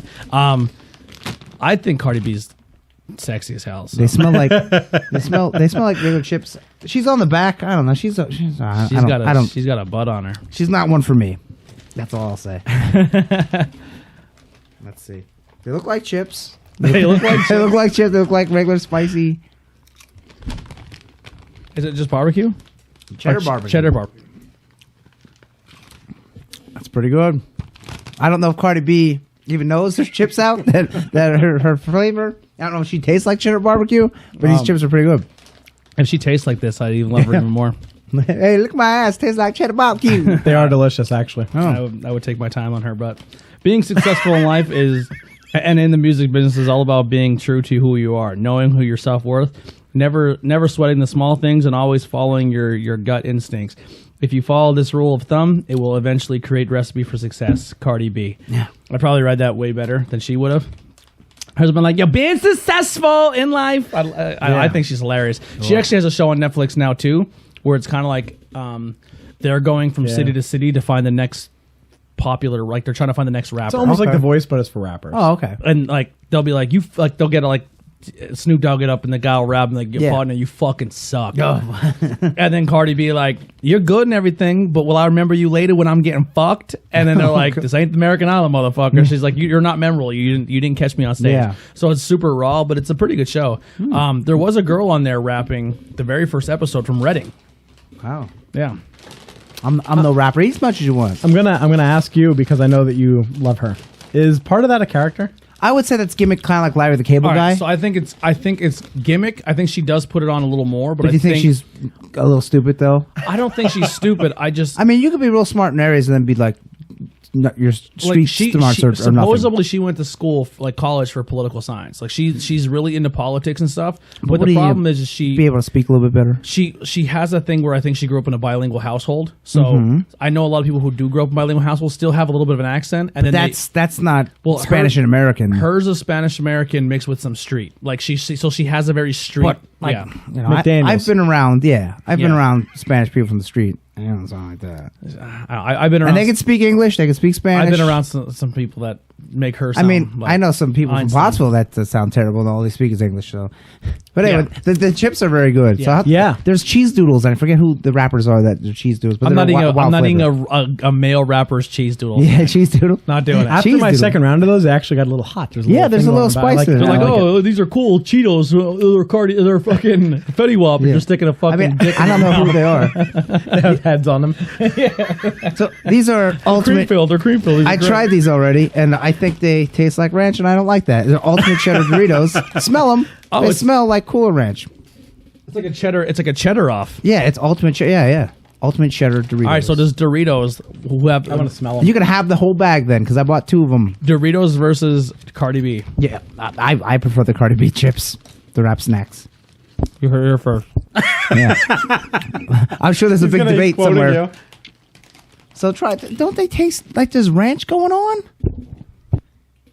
Like I don't. I opened up and I'm like, wait a minute, ranch? This is supposed to be cheddar. This is supposed to be cheese. Don't think put no they're ranch good. in the cheese. I think they're good, Well, but I do have get a whole bag. I do get a hint of ranch. Yeah, well, that I guess ultimate cheddar is, hey, let's put some ranch in there. The Warrior would not want ranch in his cheddar cheese. Yeah, No, that's snap not. out. It's not the ultimate chip. and to we'll me. have to let Hadi try these. Yeah, we'll save a little bit for it because I'm going to eat some because they're really good. Yeah, they're awesome. So that's all for the chips. I'm excited about But this. there's more wrap snack ones. I forget there's another. There's one there. Maybe the ranch for cheese doodles, but then there's another one, chip one. I think. Oh, so here's a cool thing I could bring up real quick while you're popping the sodas out. So we did we were at live at Culture to Culture on Friday, right? Mm-hmm. And I was like, man, I'm really excited. I get to test these new mics out. It's gonna be awesome. So they upped their sound system at Culture to Culture. So they got a lot better. They hooked up their speakers a lot better, and it sounds a lot louder. I could not do the show with the music playing. No so kidding. we had to wait till like the music was done to do the show. So there is a too loud of an environment for these microphones. Huh. I found that out the hard way. Yeah. But we still got a good content. There's a lot of cool stuff. That episode's going to come out on Monday, so you guys can see that. So Andy's doing this thing where the he's... Japanese soda, they have that little. You don't have your mic on. The Japanese soda has that little ball in there, and then you put this thing on here, and then you push it down, and it puts the little marble into the thing and creates fizziness. Get out of yeah, here. yeah, carbonation. But, well, there's carbonation in it, but that's why they designed that. Oh, See, the marble sits right there, and the soda flows around it. all right. So I got this in the Tokyo Treat box, but I kept it. It's Pokemon, Pocket Monster, Sun and Moon, ramen soda. Ramen. So ramen, not ramen noodles. Oh. Like over there, the ramen is a soda too. So it's the Ramoon flavor. It's like a Sprite. Oh, okay. I thought you were going to say they're like a mega brand. They're It's not like it's not noodle flavor. should be Yeah. beef. It's delicious. Good. Smells good. I got a little more of that. Sometimes it could be. We'll probably just drink this all because there's like 6 ounces in these bottles. It's really fucking Yeah. good. So this is like their cola basically over there. I would drink this all day long. This is better. Yeah. Oh my God. It's that like is a clear delicious. Spritey cola. What Yeah. the hell? It's amazing. Why is that good? You have to get your ball out of here's there. something. They sell these at the Giant, but not the Pokemon ones. So who are the Pokemon on there other than Pikachu? So that's a starter, the cat starter. It's all the starters from Sun and Moon. the last one. Thank you. Yep, Sun and Moon. I I'm don't know terrible their po- names because I don't have Sun and Moon, Oh, but really? that's who it is. I'm terrible at Pokemon names. I know their names, but only the ones I know. I only know the 150. And it doesn't say on here who they are. You said they do sell that? Yeah, well, at Giant, the Pokemon at Giant they have ramen soda. Really? Ramoon. It's Ramune. And that's right? the flavor. Yeah. This is so Ramoon flavor, and they also have this at what's the place down there in St. Clair? The Hibachi Grill. Oh, okay. If you ask for Japanese soda, they give you this or an orange flavor one. But you can say orange. I forget what orange is. So what Japanese. are you rocking over there tonight? Chairface Chippendale from the Tick. He's an enemy. All right, A villain. and then Andy's rocking his brand new. What's the website again? CavityColors.com. Right there. Holy shit! Oh, I didn't even know that. Oh shit! There. We'll put that on the table. I don't know. You want? I might. I got a bookmark. I didn't know that we put that there. Oh shit! That's the Evil Dead What is it? or Night of the Living Dead, No, you can the have original. Tony Todd. Oh, I love it. That's a great movie. I have a pillowcase of it.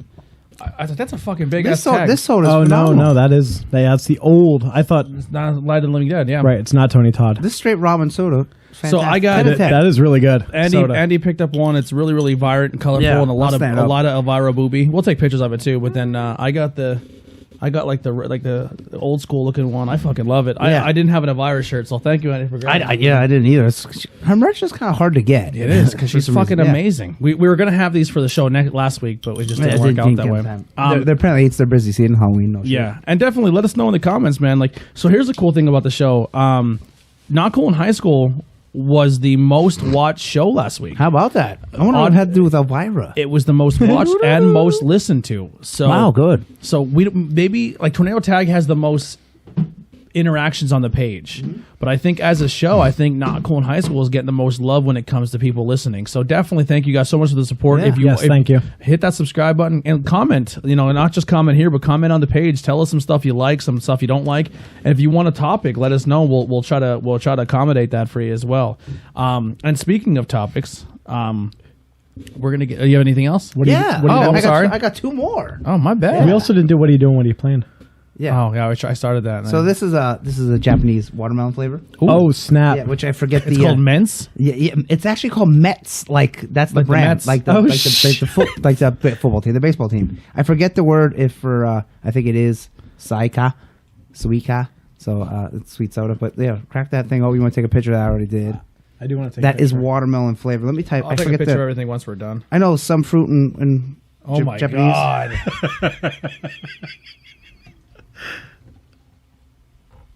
For watermelon. That is crazy. Oh yeah, now there's a site. It just started. They only have a couple sodas, but it's like drinks from Japan. And once they get stuff, I'm going to order a bunch. Yeah, Suika. So Suika, how I said right there. I don't right want at the bottom. I don't want to Suika? stop smelling it. That means watermelon in Japanese. Yeah. That smells like an actual watermelon. Is it? It smells like a watermelon candy. Yeah. It's fucking phenomenal. Dude, Japanese soda. yeah, what is up with them? So good. What is up with them? This is really good. And did you notice it's watermelon with lightning bolts, Yeah. and it's green, and then the soda's pink. Dude, Suika. Japanese are so good at making soda.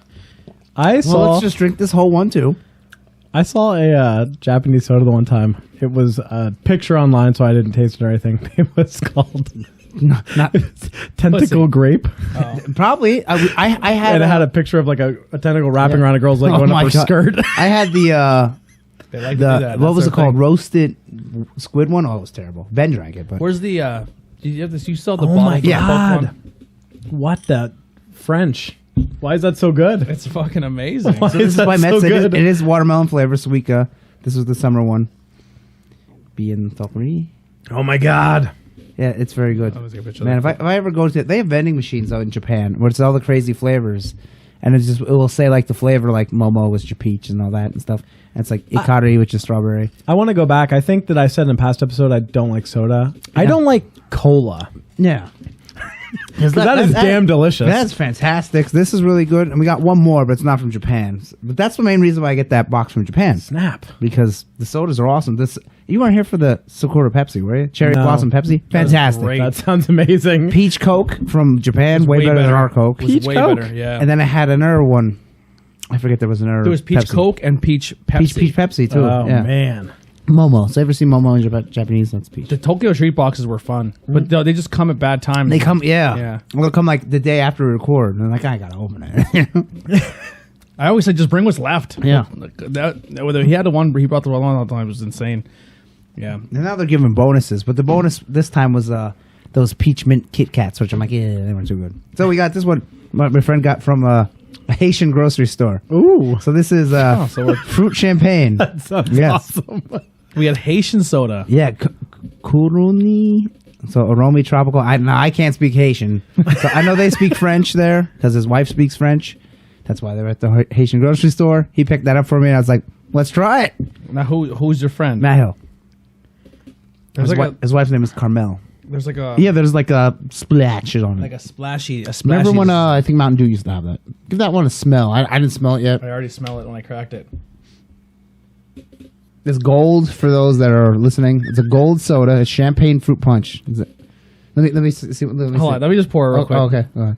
Looks like you're having some reservation there, Andy. Tony. Sorry. I just want to make sure I smell the same thing you smell. Bubblegum banana? I got bubblegum as well, but a certain brand of bubblegum. I don't know. I It smells can't. like juicy fruit.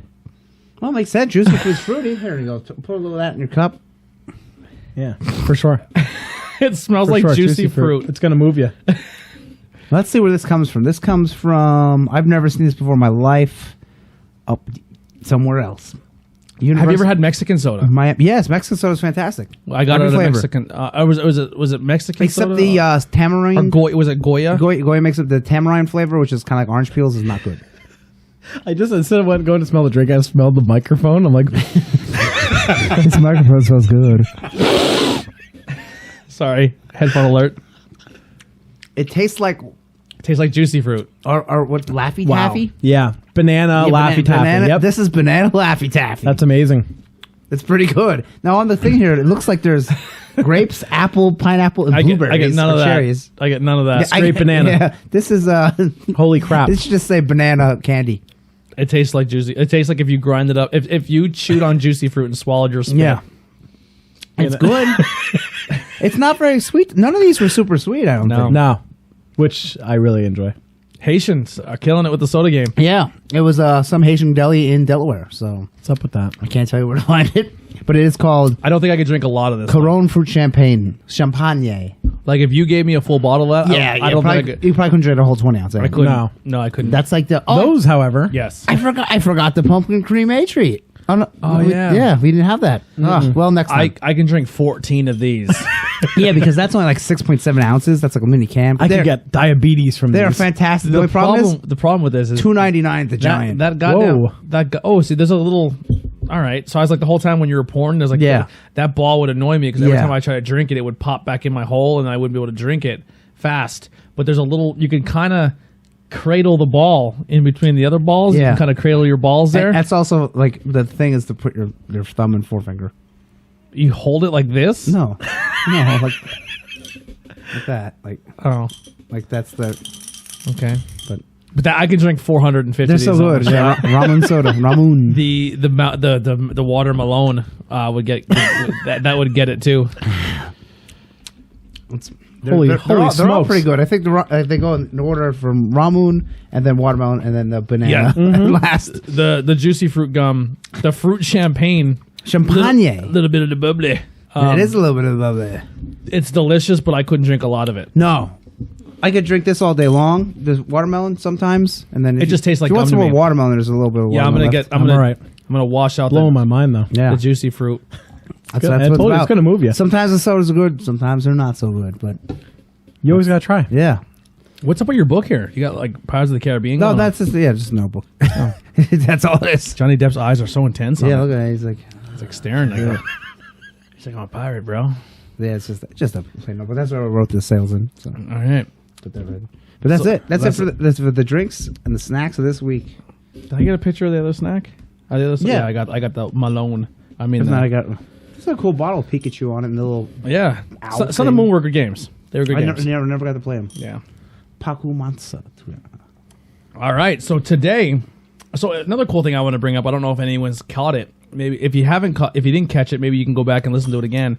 So at the end of episodes now, it's not going to be every episode, like every show, but it's going to be every episode here. We snuck a little quote in at the end of our last interview. We snuck a quote in at the end of our wrestling show, and we snuck a quote in at the end of our last Knock Hole in High School. And then I went. Boom, boom, boom. We will have a quote at the end of this one, don't get your hopes up. That's all I'm saying. Why even tell people? Hey, stick around because it really sucks. like it's not gonna suck. It's gonna be fucking funny. All right, see you later. Yeah, like from Bob's Burgers, the fart gun, the fart walkie-talkie. Oh yeah. I have one of those. If you're waiting for something deep and inspirational like the last couple episodes, you're not gonna get it here. Please tell me it's a Tom Kessler quote. No, it's gonna be relative to our topic tonight. So. Yeah. Tom Kessler. All right, so our topic tonight. Seen him today, and he said, "Watch out for them Shenandoah bras. You never know what they're gonna do." That was the quote. You ruined it. Tony didn't know that one. Yeah, but my wife's a Shenandoah broad. Well, there you go. Watch out for him. What you doing right now? Yeah, Sleeping. He don't know that. He'll lose his mind then. He's probably up there sucking the penis. Every time I call her and she doesn't answer the phone the first time. What are you doing? Blowing somebody? I call her back. I go, "Whose dick are you sucking?" She's obviously, and she just says, "Wouldn't you like to know?" And then she calls me a cunt. Yeah, I'd be like, well, not really. No. I'd rather not. It's funny because I always joke around and I tell people like how me and Heidi joke with each other and banter and call each other names. And I was with this one guy from work and he was like, he told other people at work, he's like, "I think Tony's full of shit. There's no way he talks to his girl like that. Like, there's no, like, when you're probably around Tony and he's around Heidi, he's probably so dialed down."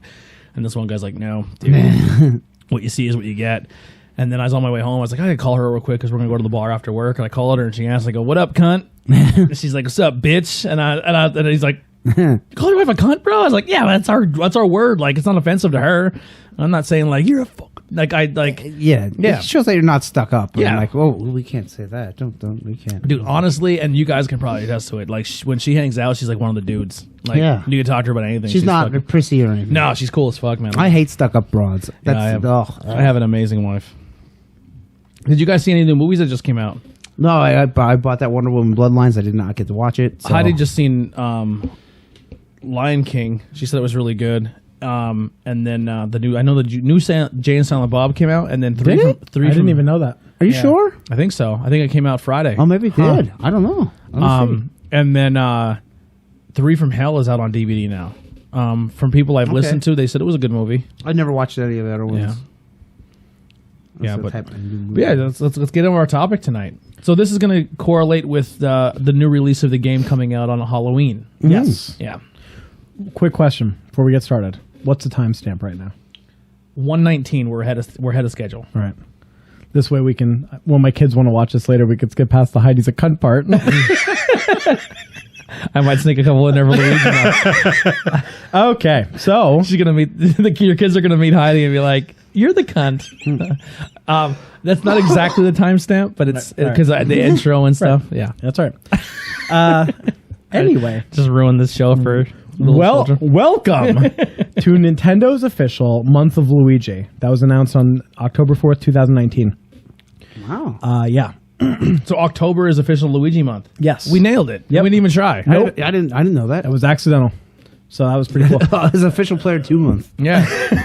Luigi, you're the younger brother's character. Yeah. As I always called him. I want to, that's like my tie up at the end. I want to talk about that. I didn't realize the impact it had on younger siblings because I'm an older one. But I talked to a couple different people about it. So I always made a joke with Austin that we always want to get brother tattoos. And it would either be like a player 1 or a player 2 or like a Batman and a Robin. Right. But I always joke around and said we should get like a Mario and Luigi tattoo. Because like every time we played a game, he got stuck with Luigi. Yeah. Like it or not. Yep. Like it or lump it. Yep. So Luigi is the topic today. Mario! He was created by Shigeru Miyamoto. Who is like, that's the Nintendo man right there. He's the man. Luigi is the fraternal younger twin brother to Mario. In Japanese, his name is Ryuji, meaning similar. Because there is no L's in the Japanese language. Right. Really? Yes, there is no L. So that's why whenever makes fun Gojira. of Japanese people, and they're because they don't have an L. Right. So that's why they say they replace it with R. You remember Christmas Story? The rah rah rah rah rah rah rah rah. Oh, yeah, good call. Luigi's love interest is Daisy, Princess of Sarasaland. So the brunette Princess Peach, Yes. if you will, with a yellow orange dress. She's got a little more 80s hair. They both Yeah. have pretty bad 80s hair, But they ain't what's her name? The blonde from Galaxy. Rosalina. Ooh. Yeah, right. His arch rival, Waluigi. Both Daisy and Waluigi first appeared in Mario Tennis in 2000 as playable characters. And Waluigi's like the most wanted character in Super Smash Brothers. Yeah. It's crazy. 2000, Mario Tennis 64. So great game. Luigi's first appearance is in 1983 Super Mario Bros. Arcade game. He was the default second player, and he retained this role for Super Mario Brothers, Super Mario Brothers 3, Wrecking Crew, Super Mario World, and others. Yeah. When he has a palette swap in all those games, it's Mario with different colors.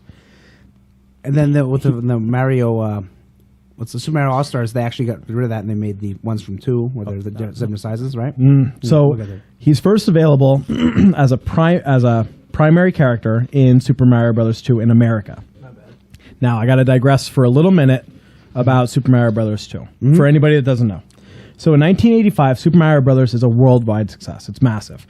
Nintendo Japan develops a prototype sequel based on the 2-player co-op where you're lifting and throwing each other and lifting and stacking objects, and the screen scrolls upwards rather than side to side. Yeah. It proved to be way too complex for the Famicom, and it had dissatisfying gameplay, so they shelved it.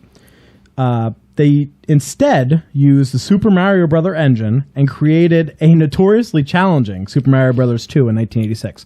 It only had 4 months of development, but they wanted to crank it out immediately. Well, you had to cash in. Right.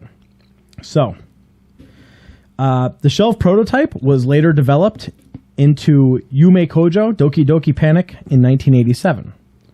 So, Super Mario Bros. 2 Japan, or as we know it, is the Lost Levels from All Stars. It looks a lot like Mario 1. It's exactly, Luigi is not a 2-player option because there is no 2-player, but he is a playable character. He has a higher jump, but he has bad traction, making him feel like he's on ice. Yeah. Super Mario Bros. 2 is the best-selling video game on the Famicom. Wow. Bar none. How about that? 2.5 million units. They send it over the pond to America for it to be received. A little bit more of a digression. In 1981, Nintendo hires Howard Phillips. He's a warehouse worker assembling arcade cabinets for Nintendo. Through the process of doing this, he becomes a pretty hardcore game enthusiast. He's building cabinets, but anytime he can find, he's playing video games.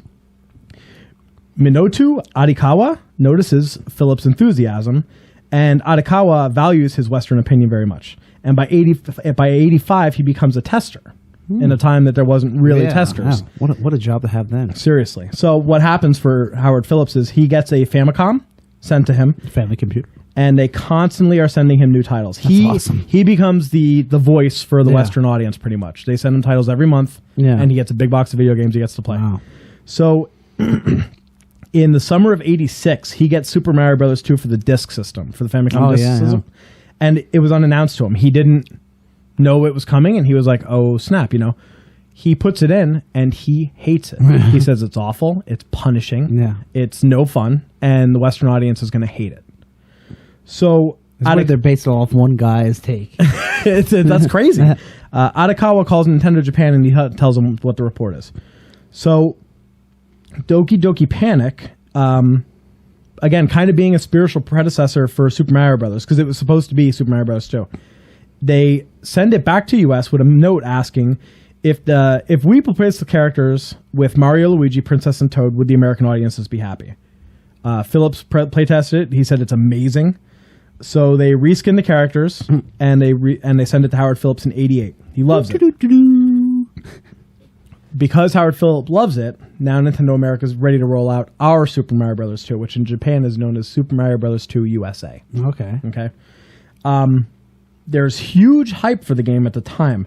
They put it on the cover of Nintendo Power Issue 1, and Issue 1 was distributed for free to 600,000 households. Wow.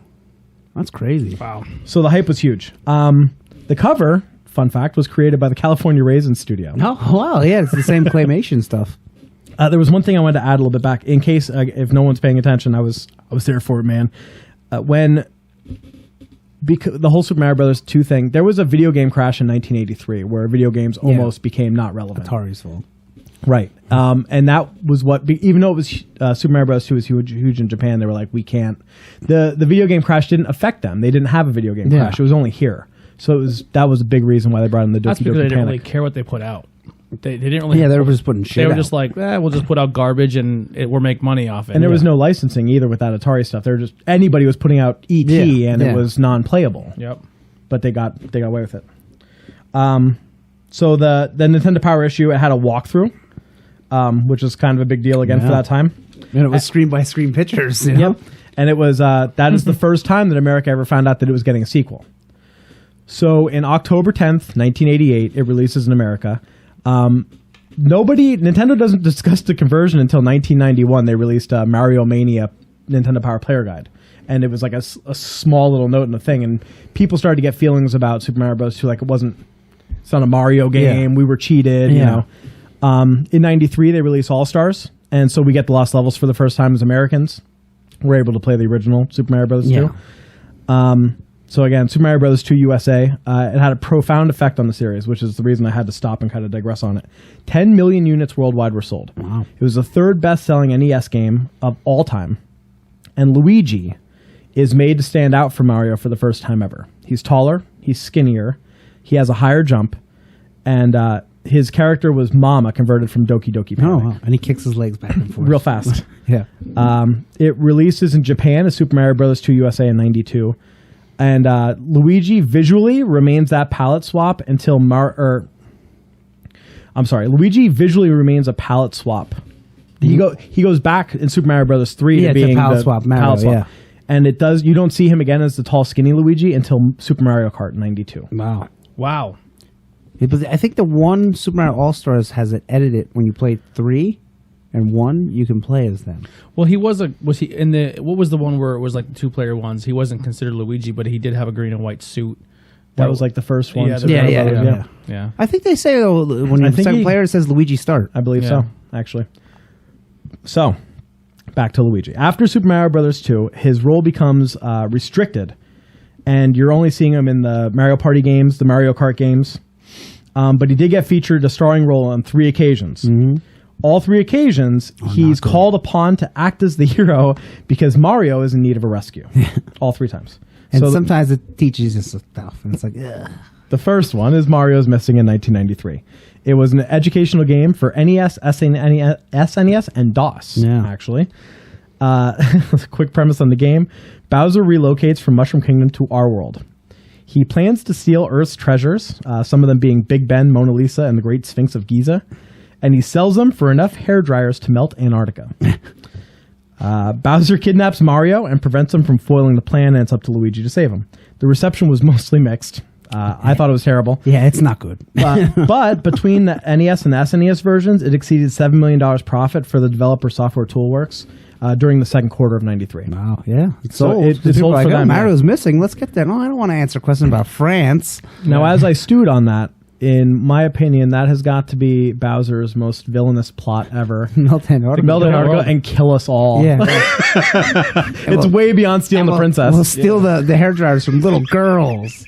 He went from trying to kidnap and do terrible things to the princess to just murder the world, drown us. Well, it's not his planet, so who cares? Which proves that not getting in a relationship with another human being is deadly. You get very angry. The reception for the game, no, I'm sorry, I read that one. The problem was it seemed to be too repetitive. It was too easy for older gamers and too challenging for younger players.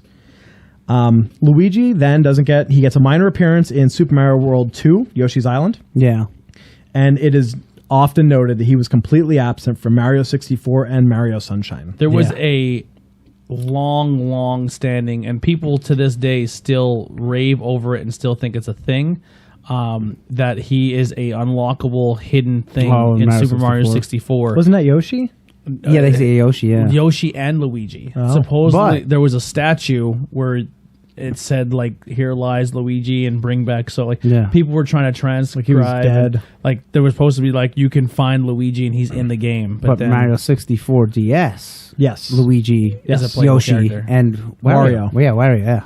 That's like the best version of it. Yeah. It is. I really like those controls, too, with using the touchpad as like an analog stick. I like that a lot. Way off topic, but I just seen an old ad for WCW versus NWO Revenge or Nitro. Okay, yeah. And the Big Show is the one holding the controller and playing. Now, the Big Show can literally hold this cup and it would disappear. Yeah. He's holding an N64 controller and it looks normal in his huge hands. Like, as a kid, you're playing with your feet. Yeah, absolutely. So yeah, my next thing was the Nintendo DS remake of Mario 64 player character, including Yoshi, Wario, and Luigi. We see him for the second time in 2001 in Luigi's Mansion. It's a launch title for the GameCube. Mm-hmm. It is the first Mario game for release on the GameCube. It was released in Japan September 4th, 2001. And what's the same? Luigi's Mansion? Yes. Right there. Now, a lot of people were almost skeptical. Like, I'm not buying this game because of Mario is missing. Yeah, but it did end up selling really well. I remember like my friends and stuff having that kind of attitude for it. I think it's like fantastic. why would you have this? I don't know. You're basically a Ghostbuster, but it is very good. Yeah. Mario. Yep. Mario. So it was released in Japan September 4th, 2001. North America was November 18th, 2001. Europe was the next year, May 3rd, 2002. And then in Australia, May 17th, 2002. Quick premise is Luigi explores a haunted mansion searching for his brother and dealing with ghosts that lie within the rooms by capturing them with the Poltergust 3000. He also has the Game Boy Horror and a flashlight. The Game Boy Horror and Poltergust 3000 were given to him by Professor Egad. Egad. Who will be in the new one? It was very well received by reviewers, but it was criticized for its short length. Which, it was if I only had anything to say, that would be it was very fun. It was one of the best games on the GameCube. 2.5 million units sold. It was the 5th best-selling game in the GameCube of all time. Yeah, I got that when I got my GameCube. Right for Christmas. That game actually was the reason why I needed to go buy a GameCube. Really? I played it at a friend's house. I was like, this game is fucking crazy. Yeah. I really liked Mario Sunshine a lot too, though. Yeah, I liked it too. I like Mario Sunshine. My daughter's just playing it today. That's a good game. It's a really good game. It was the first GameCube game to be re-released as a player choice title. There you go. What did that mean? Like a bestseller. It sold enough Greatest hits. that they were going to sell it again for $20. Oh, okay. Yeah. You know how PlayStation did Greatest Hits? Greatest Hits, yeah. The same thing. And then, of course, it spawned 2 sequels, which we will get to. Anybody that's not familiar with it, the gameplay, you light up ghosts with a flashlight, revealing their hearts and stunning it, and then use the poltergust to suck them up, steadily reducing their HP to 0 and capturing it. And smashing them around. Yeah. That's in the new one. I thought you could do it in the old one too. You smash them. I don't think so. Like you whip it. No. Ghostbusters game. Oh, that was Ghostbusters, yeah. Here you go.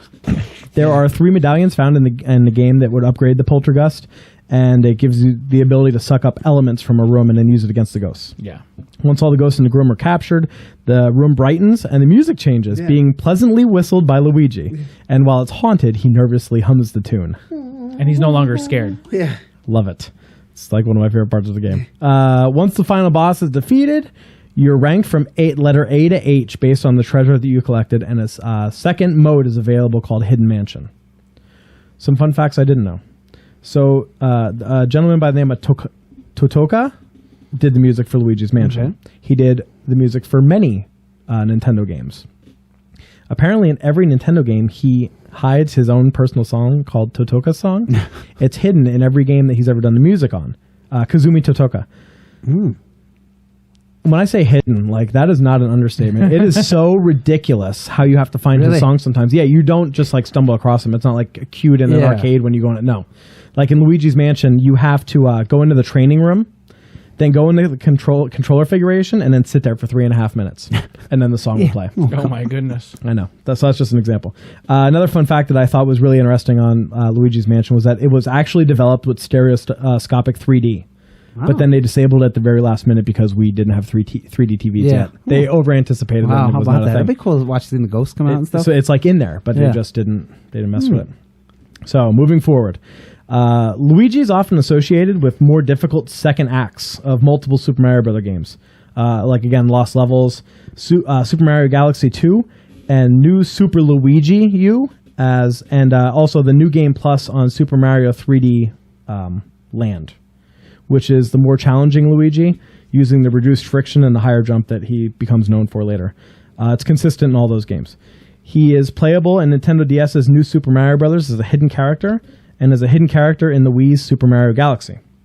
Players can swap out for Luigi in Super Mario Galaxy 2, like almost on demand. You could pick either or, go back and forth. He also appears as a player character in New Super Mario Bros. Wii, where 4 players co-op. You could use Mario, Luigi, or 2 Toads. I tried playing that game with Heidi. Yeah. We got 3/4 through 3 levels, and we couldn't Kept share killing the it. screen. And I was like, we're gonna break up if we keep playing this. Yes, I think that game's great, but you got to play with people that are on the same page as you. Really? Yeah, she put the controller down. She's looking at her phone. I'm like, asshole, come on, I'm yeah. falling off the cliff. I always yell, "Bubble up, Yeah. bubble Yeah. up." If you're gonna be a little bitch, bubble up. I'll do it. Yeah. Let me handle it. Do you have anything about the RPG games for DS? Yep. Mario? Okay. A little bit. If you want to get into it later, we definitely can. He's a player character in Super Mario 3.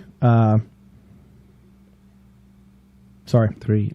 3. I shorthanded everything. Oh, there. that's okay. Super Mario World. Super Mario I 3 do that too all the time. Super Mario. DL. I don't. Super Mario 3 DL is what I wrote, and I don't remember what it was. DS? No. I don't know what you I'm were- sorry. Yeah. Oh, okay. I'm sorry. Super Mario 3D Land. Oh, 3D 3D Land. Right. Okay. And then New Super Mario Brothers 2. In New Super Mario Brothers Wii U, he has a DLC where the levels have been altered just for his abilities, and it was a DLC, but it was also available as a retail standalone, which I have here. Yeah, I didn't. I think they sell a double pack too. They might have later on, Yeah. yeah. Move over, Mario. It's Luigi time. Playable in many spin-offs, including Kart, Party, Mario, and all the Mario sports titles. In Smash, he's in all 5 and an unlockable character in the first 3. Luigi appeared in every Mario RPG. He has only a cameo in Mario RPG. He was more featured in the Paper Mario series. Mm-hmm. He's a non-player character in Paper Mario and Paper Mario Year of the Thousand Year Door. He's playable in Super Paper Mario after he's been brainwashed, working for the antagonist under the title Mr. L. And he's the main protagonist in all 5 Mario and Luigi games. Yeah, they're the role-playing games. They're pretty good. I played the first one. This is the only one that I have, and it is fun for Yeah. sure. It's a lot like a side-scrolling Mario RPG. Like when you go to attack, if you push B, like they'll jump again and stuff, and do different moves or use the hammer. Can you think? I'll wait till the end. Go ahead. I'm sorry. Are you gonna remember? I'll jot it down. Because I'm on a segue. It's a good time if you want to talk. Can you think of any other character in the video game universe who didn't have a brother create it right away and was as successful or as well known as Luigi? I was reading, Or like a second player character that was just, it took on its own life and became just as popular. Not really. Usually they're created way after, like Mega Man and Roll or X. Or Like Right. Sonic and Tails. But Yeah, Tails is Tails nothing came compared on. to Yeah, Luigi. and he was in Sonic 2. Sonic 1 was I would already say out. Tails is probably the closest. Probably, yeah. I'd have to think about it. Yeah, I can't think. Crash and his sister. Yeah, like I can't think of another second. Maybe Diddy Kong. Yeah, but nah. Because Diddy's pretty popular. Like Diddy Kong Racing was huge. Yeah. That was a good game. Then there was Dixie. Yeah, but I don't see out of the whole Kong family. Of course, like Diddy is more Yeah, well known with than his Donkey little Kong. red hat. And then how they each played so differently, and you kind of like He's my preferred player on that game. On Yeah. Donkey Kong Country, I prefer Diddy's playstyle. I would think that I think that's a Nintendo charm thing too. Like you never have that happen really in any other game anymore. Where like you can relate to like Luigi became a life of its own. Like people became attached to Yeah, Luigi. from the second Yeah. players now. Yeah. I'm going to fast forward now to 2013. Nintendo officially calls 2013 the year of Luigi. Ooh. It's the 30th anniversary of when he was first introduced in Super Mario Bros. Arcade. So Nintendo Direct event in February 2013 says that they're doing it in commemoration of the 30th anniversary of Luigi's debut. It was released, the Mario Bros. Arcade cart was released July 14th, 1983. I like how you wrote it in green. Yeah. Well, Mario. for the event, they released certain games. So Luigi's Mansion Dark Moon, Mario and Luigi Dream Team, New Super Luigi U, Luigi Brothers in the Super Mario 3D World, Dr. Luigi, Super I never Luigi. played I never Dr. heard of that. Never Yeah. even heard of it. Yeah. Me neither. I guess it's just a reskin Dr. Mario. I think so. Super Luigi Brothers in the NES Remix 2 and NES Remix Pack. Those were the Wii U focus titles. Oh, okay. There was a special edition 3DS XL with it came with an SD card. It was a 4 gig SD card, and installed on it was Mario and Luigi Dream Team. In addition to those games coming out in 2013, Club Nintendo offered many promotions. There was a CD soundtrack, a pin, coin, a poster, and there was a Dark Moon diorama that was also available that you would purchase with your club points. Oh, that's kind of It wasn't, none of it was Yeah. available to buy. It was all through club points. They were trying to really make it yeah. a thing. Also, a fun fact for the year, Luigi, it generated a $456 million loss for Nintendo. Really? Wow. And I read like some things online where people were joking that it was because it was the year Luigi. What should be noted at that time was the Wii U was not doing well. No. It was years into it. It didn't do well in the first place. It's years into the Wii U. Yeah. The Xbox and PlayStation for that time are already out and killing it. So it was not a good year for them. Right. It's 360 and PlayStation 3, and they're full steam monsters. ahead. Right. And 360 was really leading the charge. So the third game then of his installment was Dark Moon. Came out March 2013. It was very similar to Luigi's Mansion. You had the Poltergeist 5000 this time, and you explored 5 different mansions with different themes. Ooh. You had to retrieve the 5 Dark Moon fragments hidden within each mansion. Instead of a flashlight, it was called a strobe bulb. It's kind of like a flashbang. Mm-hmm. I think we talked about this. I haven't. I never played it, and I don't think I never played it. I hope they make it downloadable for Switch. Yeah, I hope so, too. I would kind of hope that once this comes out, I wish they'd be like, well, here's the first 2 games as like DLC. That would be nice. Yeah. You could also something that made it stand out from the first one was you could collect golden bones, and they revived you instead of dying and restarting. Toad accompanies you on some of the missions. And the suck and blow feature from the Poltergeist 3000 was a lot more prominent in Dark Moon. You used it for a lot more things, really? Turning switches and moving stuff around, buckets of water, stuff like that. And it was a lot more puzzle based. Okay. So again, suck and blow. It had a co-op multiplayer called the Scare Scraper, where up to 4 players explore a mansion and complete objectives within a time limit and ascend to the next floor. All the floors are randomly generated, and the player option. And there was a player option of limited or endless floors, however you wanted to go about that. It literally sounds like a lot of the stuff that's going to be in the new game. Yeah. Who else do you play as, though? Just different colored 4 Luigis? different colored Luigis, yep. So there was 4 different objective types for the Scare Scraper. There was Hunter, which is capture all the ghosts. Rush, which was a race to get to the exit.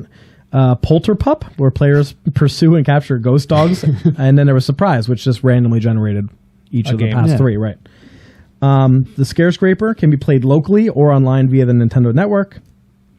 As a whole, Dark Moon was very highly critically acclaimed. It got an 86 out of 100 in Metacritic.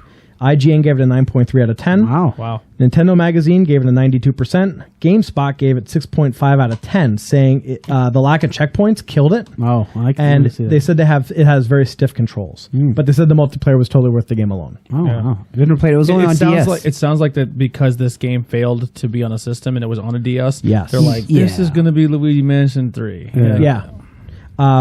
Now, as of September 17th of this year, it sold 5.45 million units. Not bad. Not bad at all. One other fun note for that. In 2015, they made an arcade cabinet for Luigi's Mansion. It's Dark Moon, and it was only made mostly in Japan, but some Dave & Buster's have it in the States. And I was at a Dave & Buster's. Me and my wife went to a concert at Festival Pier down in Philadelphia. And we just wanted lunch, and I'm not even like a big like Dave & Buster's. I don't think I've ever been there. And we go in, and it was like the fucking first machine I saw. I walked in, I was like, oh my God. They had, instead of guns, it was the poltergeist. Really? Like this big. And I was like, oh my God. That's awesome. And I go running up to it like a little kid. I'm like, it's fucking broken. I was devastated. I hate They probably threw it away. I hate when that happens. Oh my God. How'd you know? I just had to, because the same thing happened to me when I went to an arcade and they had an Elvira pinball machine. And I was like, oh my God, Elvira pinball machine. And I got up and I went to hit the flipper. I'm like, cool. Nothing. That sucks. And then lastly, here's some fun facts for you. Okay. Daisy first appears in the NES Open Tournament Golf as Luigi's caddy. Wow, I didn't know that. And that's a pretty old game. I didn't. Well, Peach is also Mario's caddy. I honestly think that the Mario sports games now, like I remember when they would come out, people were like, oh my God, they're doing another one. But compared to the other games, they're good. They were good. Strikers is really good. Strikers is phenomenal. Mario Golf is so much fun. One of my favorites. And Mario Tennis is a good time. Yeah, it is a good game. A really good game. Mario Baseball is fun too. That one I didn't play, but it looks good. Daisy's also in the 93 Super Mario Brothers live action movie. Ooh. Which I didn't know either. I had no idea. I don't know if I've ever seen it. He was played by I did. John Leguizamo. I think I seen it in the Leguizamo, theater because I was like, "Oh, Mario Brothers!" I'm like, this is Mario Brothers. Yeah, that's what I said too. I was like, that's not a Goomba. Yeah. Well, we had the cartoon at the time. You know what I mean? Oh, yeah. That was awesome. Supposedly, And the Super Mario 3 cartoon. supposedly earmuffed children. There's a scene where Luigi goes to Mario and John says, "Look at Leguizamo. you." No, this is the Captain Little Albano. Oh, okay, yeah. That guy. Look at you, Mario. You're a slob. You got spaghetti all over your shirt. And Mario goes, "Luigi, go fuck yourself." What? I don't. Yeah, I'll pull it up, but it's supposedly that's like a thing. Yeah, because that was like little live action things during the cartoon. It's my daughter's favorite show. Really? It's ridiculous. It wasn't that the Super Show? Yeah, Super Mario. Yeah. Luigi's surname is Mario. So Mario's surname is Mario. His name is Mario, and Luigi's is Luigi Mario. Luigi Mario. They're the Mario brothers. Somebody was not creative at that point. Hold on. This was cut, right? Yeah, it had to be cut. We'll probably get flagged for this, but I don't care. It's worth it. But as we always say, neatness counts. That's right, Mario. And by the way, you have a little piece of spaghetti on your overalls. Luigi. Fuck you, Luigi. Wow, he did. I didn't even hear it. Yeah, that's real quick. I'll let you know if that's still in it because she watched it all the time. Oh my god! They must have had a really good off-screen. Hey, that's awesome. Yep, I got through. And in all this that I looked through, no one mentioned a game that I thought really hit the mark. So Nintendo Land came out in 2012 for the Wii U. Okay. I bought it because it was like $20 somewhere. I was like, oh, look cool. There's a game on it called Luigi's Ghost Mansion. And so the one player has the Wii U gamepad, and you are a ghost, and then you play against 3 Luigis. And so you see everything on here, but on the screen they don't see the ghost. No. And you have to hide. And you have to hide, and you have to like get them from That's behind. cool. The game is so good. It is so that good. better be added to Luigi's Yeah. Mansion. It's so good. So oh good. my god, that's all like a Yeah, hide and Your- seek. Yeah, your face. I think I should probably bring it up. We should probably Oh be playing my that. It's God. so good. It's so good. The laughs. It's that's a great game. I don't know why it wasn't mentioned at all. So the animated series debuted in 1986. I'm sorry, there was an animated debut in 1986. This is the first time Luigi's in a cartoon. Super Mario Brothers: The Great Mission to Save Princess Peach. He had a blue hat and blue overalls and a yellow shirt. He was depicted as greedy, and at one point in the movie, he leaves Mario to go get coins. It was also in his character in that movie that he's not nearly as brave as Mario. He's kind of a coward. And then in 1989, Luigi made an appearance in the third of a trilogy of OVAs entitled Amada anime series, Super Mario Brothers. Mario cast acts out Snow White, and he appears at the end to save Mario and Peach from Koopa. In 89 to 90, Danny Wells acted and voiced Luigi in the Super Mario show. Luigi appeared in all 91 episodes of the 3 DiC Mario cartoons. Wow. Mario is absent from an episode, so it was noted that Luigi was in all of them. Mario wasn't even in all of them. The episode's name was Life is Rough. It was on the Adventures of Super Mario Brothers 3. John Leguizamo plays him in the 93 movie alongside Bob Hoskins, who plays Mario. The character in that movie, he's pretty easygoing, and Mario is super cynical. They're not twins in that movie. Mario plays a surrogate father to Luigi. Yeah, it's awful. Their parents die. I like I said, I've never seen it. I don't plan on it. No, don't watch it. They make an appearance in a Robot Chicken episode, and Maxim magazine listed Luigi as the second most underrated sidekick of all time, behind Waylon Smithers. Okay, maybe. I think I put Luigi above Smithers. I think I would too. I wouldn't even have Smithers in the top 3. Yeah. So that is the most of what I have. The only other thing that I wanted to add, it was an afterthought, as I talked to a couple different people about Luigi during the past this week, most notably my wife. She is a younger sister, so there's 2 sisters. She's younger. I'm an older brother. My sister's 3 years younger than me. She told me that Luigi was the best, and I'm just thinking to myself, before I did the research, it's Luigi. Fuck you, Luigi's right? I don't the play best. Luigi. And I was like, whatever. So, but she said she said I can't be alone in saying that I was forced to be Luigi, and he almost like as I got to thinking about it, he's probably a martyr for younger siblings everywhere. You know what I mean? He becomes that character. Where like, You know what's so crazy? Where they like Luigi. I didn't know Luigi jumped higher.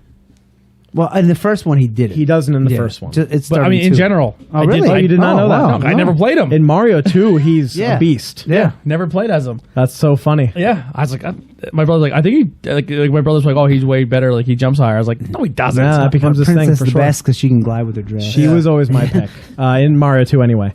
So I always forced my sister to be Luigi, and it never occurred to me. But he's very relatable for a younger sibling. I think. See, and I was by myself, so I have no brothers and sisters. So You were Mario all day long. Luigi didn't exist to Right. me, and I was Yeah. like, "Oh, there's second players, and there a guy with green hair in the first one because you have green hair." Yeah. Because the Nintendo character's gonna be 2 colors. Yeah.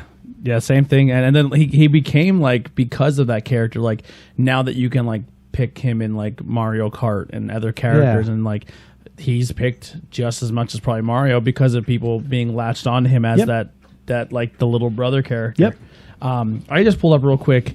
Forgotten Brother, 15 facts that you didn't know about Luigi. Just to kind of read. It's from the gamerwebs.com. It's a sad and unfortunate fact that Luigi has always been a second fiddle to Mario. This devoted plumber has seen his fair share of scrutiny over the years, and although he's received in praise in his own year, recently still hasn't been enough to accolade his propel him as past his brother. It's plain and simple truth that Luigi will always stand with Mario in Mario's shadow. But the Green Machine is actually quite an interesting character. Aside from being successful at launching his own adventure in Luigi's Mansion, Luigi has been busy co-starring in his latest latest and greatest Super Mario Bros. Release. He successfully cemented himself in the Mushroom Kingdom as lore. No matter how second-rate he may seem, he'll always be a predominant character of the franchise. So I got some interesting facts of Luigi here. So Luigi's Mansion wasn't his starring debut. We kind of went over that. It was Mario's Missing. Discovered identity in Super Mario's 2. And we kind of went over that a little bit. It's a kin suit, not a raccoon suit. So when he wears his the suit that everyone calls the raccoon suit, it's actually a kitsune, Kitsune. Kitsune. Kitsune, yes. Which is not his brother's is called the What is it called? I know this. why am I Tanuki. Tanuki suit, yes. The color scheme was a force because Luigi was covered in green. It doesn't seem like a big deal at first glance, but it appears that they picked it 2 random colors just because so you can clearly tell your character is a difference. His true wish is to be an amazing plumber like his brother Mario. I was gonna say Kitsune is fox in Japanese. Yeah. He was a plumber in the castle for Dracula. So I guess there was a Nintendo loves to play homage In to Bram Stoker's 93. yeah. Dracula. So Nintendo loves to pay homage to both past and present and future releases. Many Easter eggs scattered throughout the various Nintendo franchises. But one in particular hidden gem comes from quite a shock. It seems that a timid and cowardly Luigi finds himself plumbing in a rather spooky place. There is a section of Castlevania Lords of Shadow Mirror of Fate that has been traveling deep into the bowels of Dracula's castle. There are a few skeletons scattered throughout the area, and some of them have particular notes attached to their bones.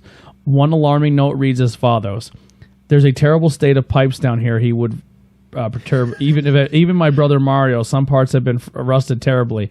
Others are covered with fungus due to the high humidity. Not all mushrooms look good to eat either. Who knows what might happen if I eat one?" Wow. So Luigi's dead in Castlevania. Wow. What's up with that? Yeah, his name is a pun. So Nintendo of America saw his financial struggles. In fact, at one point, he was in the development of Donkey Kong and received a visit from a not-so-happy landlord who demanded a company to pay their rent. So I guess he was supposed to be like the landlord at first.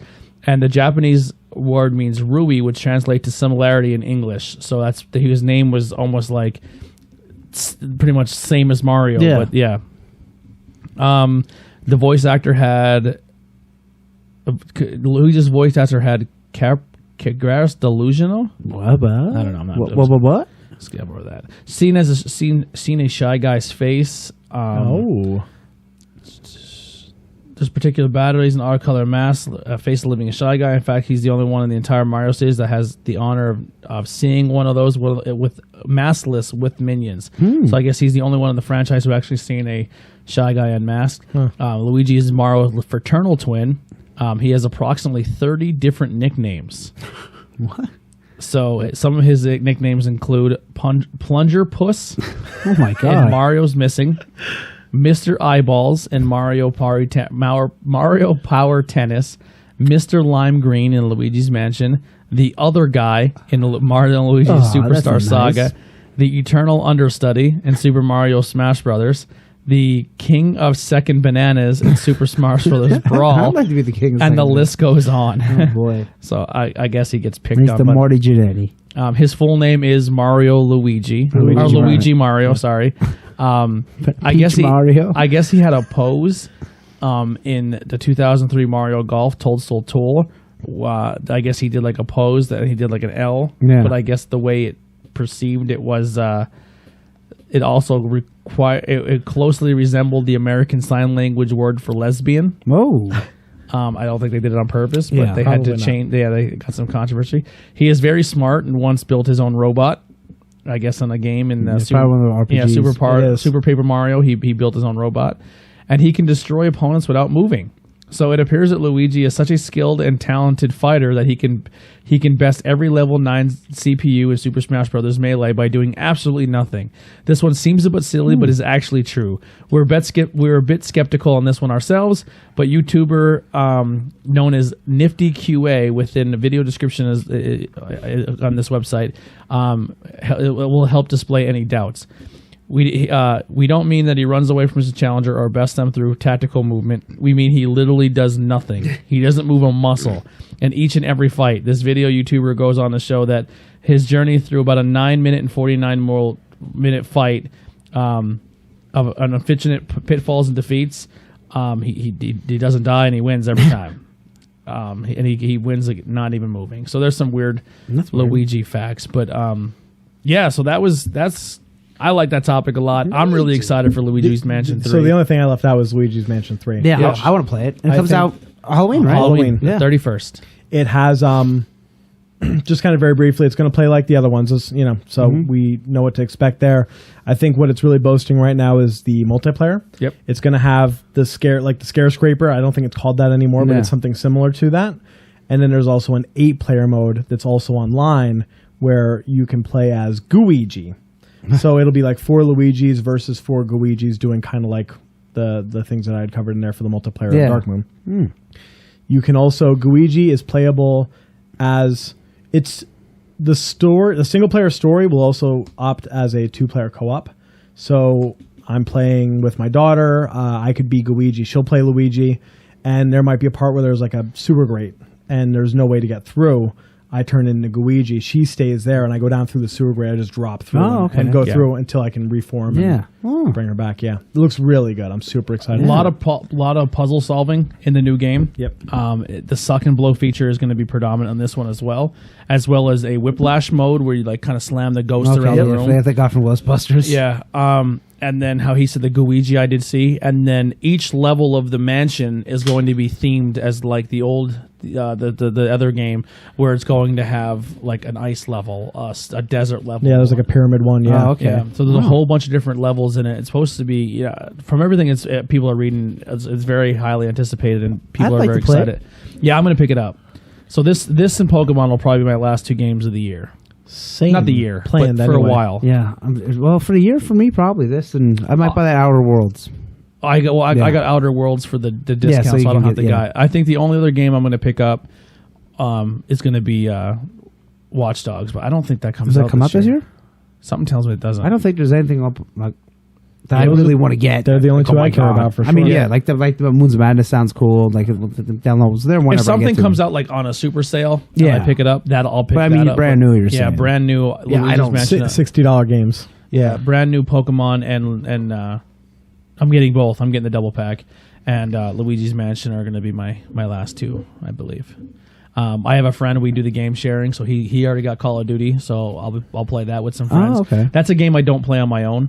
I only play with friends. Really? I hate Call of Duty, but the new game actually looks pretty interesting. It's one of the first times where it's going to actually have realistic bullet functions.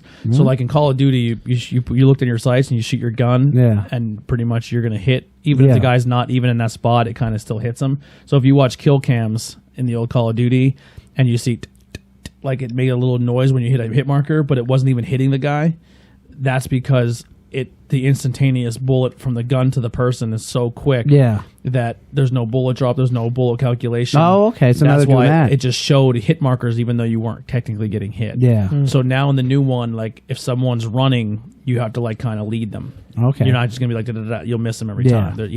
So I don't know how that's going to react with other Call of Duty players. Yeah, I don't see that being well received. Sounds cool, but I don't think it's going to go well. I'm a fan. I'm a Battlefield guy, so I like that aspect. Right.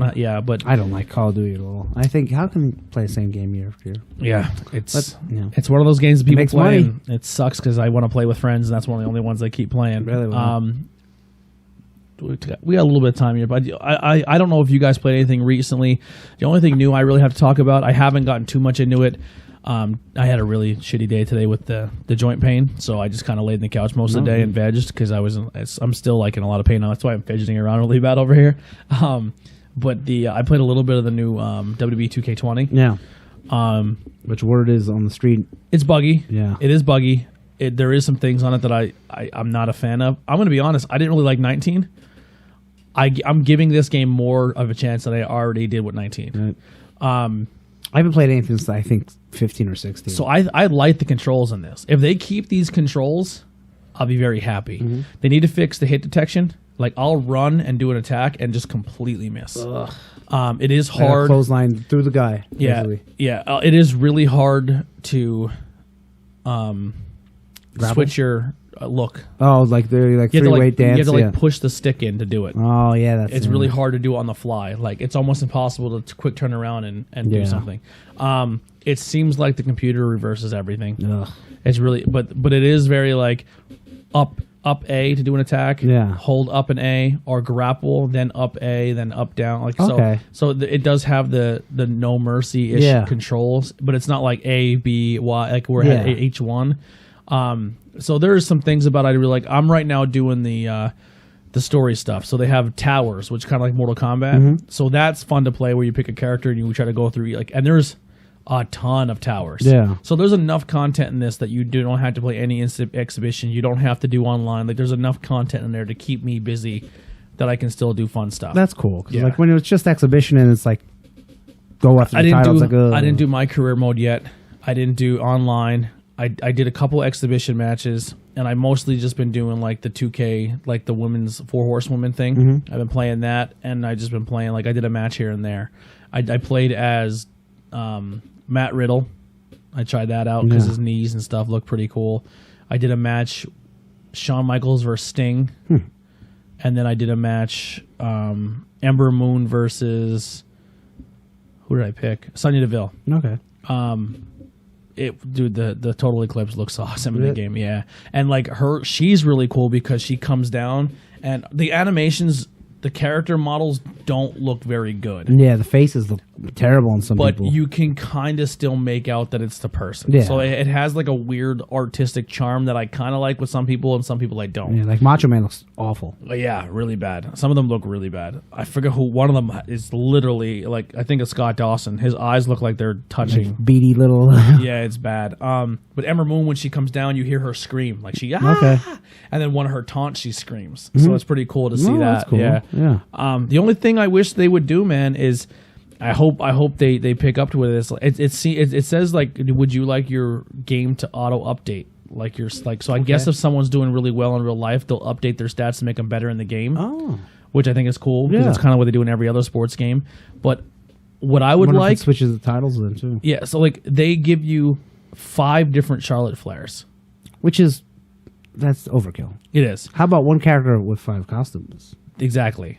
Give me outfits. Now, and each Charlotte Flair They only is did this ranked. in Nintendo 64 games 20 plus years ago. Yeah. Charlotte Flair has different movesets based on where she was in her career. That's So I guess she did different things back then. Which I can kind of get like. Yeah. I but- can kind of understand that, but I'd rather just have one character with 5 skins. Yeah, that's a waste of 5 slots. Yeah. That could be 4 other characters. Yep. And then the only other thing I wish I hope they look into is like Io Shirai.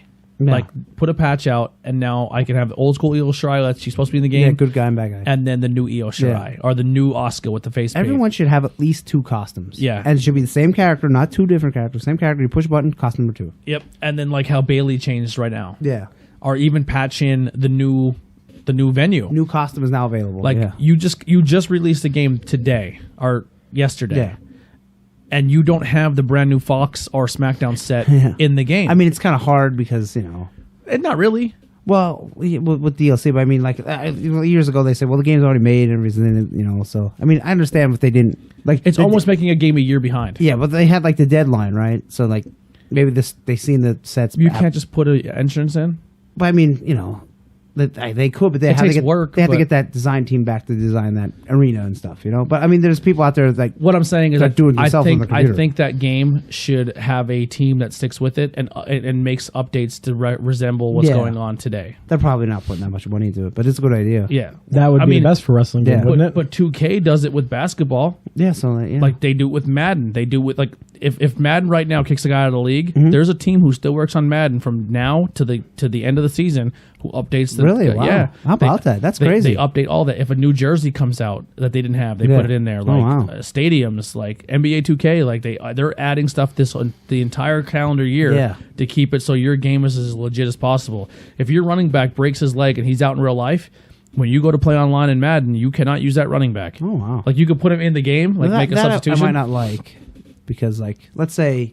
You can put them in the game. Oh, okay. Or you can choose to play as your team as they are right now. Oh, okay. Well, that's Like, cool. They give yeah. you the option. Yeah. Because, like, let's say who's hurt right now? I can't think of it. Let's say Roman was out. And you really want to play as Roman. Oh, you can't. He's hurt. Yeah. Like oh, get the hell out of Well, here. the wrestling game could be a little different. Yeah. But I hope they keep a development team, and maybe they are because now they're doing that 2K showcase Yeah. thing. And what's the developer now? Because what they started and then they took off. Yeah, Because they're so it's doing no another longer wrestling Ukes. game. I wonder what that's going to be. Yeah, AEW. yeah. So I don't know exactly. So I'm looking at it kind of like it is not perfect. It's not the greatest, Yeah. but I can definitely see if this is the new team and they took over mid-cycle, like Uke started it and then this new Yeah, team that's took kinda- over. yeah, you gotta- They didn't have much time to put out a full game and it needed to come out. So I Yeah. understand where they're like, hey, listen, we'll do what we can. We'll do this showcase thing and add some cool stuff. But I think if this is their start, I think their next game will be pretty good. Yeah. Hopefully, let's. Yeah. I probably will not buy it. That's pretty much all I got really going on. I didn't really do much over the weekend except go to that concert. Yeah. Yeah. So, anything you're into? I bought on the last week's sale, I think, or maybe the week before. It was probably 2 weeks ago. I bought for Switch Sundered Eldritch Edition. I didn't play it till this past week. I found a little bit of time. It's a Metroidvania game, with some Lovecraft stuff. It's really spacey sci-fi, and it's hard. It's kind of punishing. Like, in addition to trying to figure out a Metroidvania game, try to find the right way to go and the right thing to What do, items? you have swarms that'll come out of nowhere, and they're brutal. Ugh. So, although I found it to be fun and challenging, after like the 50th swarm, I was like, I think I need a break from this because I couldn't get anywhere. And it's a 4-player local co-op, so I thought to myself that might not be a bad where I kind of get Mark over and we can annihilate it together, But yeah, it's not bad. And that was all that I really played. Me and the family have been playing Breath of the Wild again for whatever reason. We put that I got to back pick in. it back up. I mean, I've never finished So it. good. Yeah. But they're going places I didn't even see yet. I'm like, oh my god. I finished it, but I didn't do all the little temple things. So here's the I'm thing. not doing all the. Like- now, if there was achievements for it, then I Yeah, would have did it. right. Yeah. So like I'm kind of on the board with Andy where I'm like I'm not interested in ever having a kid. But then I hear like stories of like your kids where like you can sit and play video games and stuff with them, and I'm like, man, that would be kind of cool. It's nice. Like the cool thing about having a little brother growing up and us being 11 years apart, there's some things I got into that he didn't know about until much, much, much later. Like, and there's things that are even too old for me that I would be like, someone got me into this. So there's always that really cool thing of showing someone younger or a kid or a child or even it could be an adult something they've never seen before, and you're the first one, and you're kind of like watching them like, what's their reaction going to be to this? So that is a definite thing about kids that I'm like, man, I wish I had that experience. Like the first time I showed my brother The Warriors, I was like, all right, let's see how this little bastard thinks of this. And we watched The Warriors, and to this day, he's like, it's still one of my favorite movies. Wow. Like, To add on to what you just said, I don't know of another instance in my life that I'd be able to play Turtles in time. But my daughters and my niece will come up and they're like, let's play a Turtles arcade game. And I'm like, fuck yeah. Like that. When else would that happen? I'd have to like plan it. I'd have to have friends over. Now, did they Everyone's schedule would have to align. This just happens on a Wednesday afternoon. It's beautiful. did they pop the first time they got to throw a character into the screen? Remember how you would like Oh, that was throw so Yeah. hard too. Yeah. When you throw out No, the they- shredder. Yeah. the first time you see it, you're like, did he just throw it Yeah. up? Like, My little one is definitely my older daughter is like a Minecraft player, and she will play other games with us. But if she has a choice, she's going to go to Minecraft every day. The little one is like a really strong Mario player, and it's like Mario 3D Land. I bought it on the Wii U when it came out, and I kind of played it, and then I kind of put it down because we just had the first baby, and it just sat. The little one turned like 2 or 3. And she kind of started watching Mario videos on YouTube. She's like, do we have any of these? I'm like, we have all of them. Yes. So she's playing Mario Land, and like I'm watching her, like, you know, in and out, like cleaning up and then going back in the living room, and I'm watching her. She's at where I'm at. And now I walk back in and she's in the next world, and I'm like, what the fuck is going on here? And then eventually she ended up beating it. She beat Bowser. And at the time she's like 3 or 4. And I was like, yo, dude. Crazy, I was like, Dad, can I get your help on this one? I don't know how to beat it. Yeah, man. Like, absolutely. I don't know how to beat it either, but this is gonna be awesome. Now, are they impressed when they play an older game? Like if they go back and play like, because they're or have that attitude. Oh, this is old. It's crappy. No, like, they have a total appreciation for it. good. That's awesome to hear. And I don't know how that happened exactly, but the little one especially. Like, she was playing Sunshine today while I was doing my research for the show. Wow. It's such a good game. It is a good but game. it isn't like really crappy, like Tomb Raider 1 graphics. Like, Yeah, the graphics are still pretty good. Mario 64 is like one of her favorites. Yeah. Which is kind of crazy. Something about cleaning up every inch of a level to me. Yeah, it's satisfying. Dude, I would do it. Yeah. Like, yeah. I never played Galaxy though. I It's played good. a little bit, but I was like, I'm not doing this. That's why I checked out of the Wii, and I was like, I will come back when we have a proper When we have a system. controller, Yep. Yeah. And then Switch came out, and I came back. What is her favorite Mario so far she's played? I think it's probably Odyssey. Yeah. She beat that 7 different ways too. Wow. That was pretty ridiculous. That's insane how much you can go back and keep playing that and getting different outfits. And Oh, stuff. yeah. That's crazy. Yeah, and that's like her favorite. She loves to put Mario in a dress. You know what I mean? yeah. Like that's. But again, stars and she's getting 5 them, years old yeah. now. That's definitely her jam. I want to say that's her favorite. It's either that or Mario 3D World, which she calls Cop Mario. No. It's got to be one or the other. I'm not sure. I'd have to Yeah. ask her. The only other cool thing with my brother too is he minus controllers. He was a fucking savage with controllers. He'd be like, "I'm eating chicken grease," and I was like, Our cheese doodles, that was the worst. Yeah, and I would just like he like come over, you want to come play a game? I'm like, I'm gonna go get my controller and come Yeah. down. Like, Yeah, I'm touching that filth. yeah, your fucking controller is a little it's a petri dish. It's a challenge for me being a father with that because that is not the way that I roll. So like, I try not to be a Nazi about it, but I will like. They'll your eat, hands. and I'll be like, go to the table. And so they go to the table because they want to like eat and play the Switch at the same time. I'm like, no. So they go to the table, and then they're done. They're like running for the Switch. I'm like, go wash your hands. Yeah. And they'll go wash their hands. So, at least I don't they'll, get like, slack learn for it. to, Yeah, like, absolutely. Treat stuff with respect. Treat it with Yeah, respect, man. yeah. It's the stuff ain't cheap, and I'm not buying multiple Switches. So, like, Yeah. treat it right, you know? That's awesome. Do they play like Minecraft and stuff together? Oh my God! So the 3 of them, I don't play that game too much, and it's funny because if you looked at my account, it would tell you otherwise. But that's like when someone's over at the house, they'll be dad. If they have a friend or a guest, Yeah, they'll be dad on Minecraft. on Switch. Yeah. What they do is, I've never seen anything quite like it. They play house. So like just like little girls when we were growing up would play dolls. Like, oh hi mommy, hi little baby, let me take you. They do this, but they do it in Minecraft. Where like my niece will like build a school, and then they'll pretend to be 2 students, and my niece will be the teacher, and they'll like act it out. awesome. All it's crazy. That's kind of what kids were doing on Roblox too. Yeah. It's crazy to watch. Roblox was kind of like Minecraft. I never played it, but it's Minecraft, but it's super simple. Yeah, super like simple. Minecraft, there's people who still play servers that are 15, 20 years old. Yeah. that's and crazy. they have built like entire recreations of like Lord of the Rings. Yeah. And like, Oh yeah, like, absolutely. I've seen the Bruins Stadium, the Boston Bruins Stadium, Wow. like accurately recreated. That's crazy. So they do play together. I don't play with them. Minecraft just ain't my bag. Yeah, like I don't like Minecraft. if I'm gonna do that, I'm gonna play with Legos. Yeah. And I often try to get them off the Minecraft to play Legos. I Yeah. don't you know. understand why they didn't make a Legos game where you could just like did. literally just build the Legos, but you didn't have They to go did. out and buy all the Lego World. You can, Yeah, like pretty sure. like legit. Like I started playing it, and I played like 4 hours. I felt like into like, and I felt like I never got away from a tutorial, No. and I was just like, is this ever gonna expand? Like, the Legos would be awesome, man, because they have so many different franchises that they technically have because Yeah. they Oh, work yeah. with. Like, you can legit have a Lego game where you can cross over Marvel and DC. Yep. Yeah. Yep. If they were to make that game, they can do it because they have the rights to do that. I wonder if there's rules where they can't put them in both though. Could you put Star Wars and DC in one game? Who knows? Yeah, I don't know. I mean, but they can go and sell Lego blocks. Of Yeah, each. yeah, because maybe that's different though. Like licensing for Spider-Man, like people have the movies, people have toys. and, Yeah, you know, that's true. So I mean, but you never know. Yeah, yeah. I'm a big fan of the Lego stuff. I wish they would put more building into the game. Actually, yeah, sometimes. because and then that one you just hold Just the button. hold the and button. Yeah. Like yeah. Boom, boom, gold block. Yeah, gold block.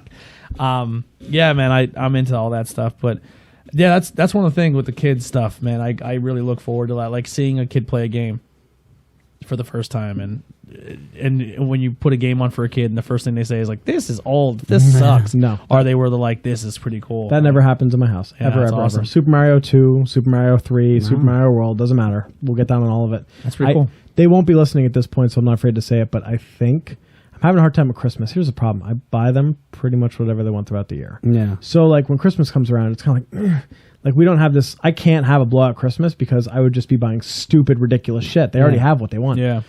I think the big ticket item this year might be, I saw that they made a Turtles in Time arcade Oh, cab. yeah. Oh yeah, I seen that too. And then it has a riser because it's for little Yeah. people, but you put a riser on it and I could stand at it. I think that And might be I've seen the- people mod them, and I'm friends with one guy mod and put everything in it. and that's exactly Yeah. what I will do. Because Yeah. it comes with Turtles 4 and then Turtles 2 and one other game. Yes. Yeah.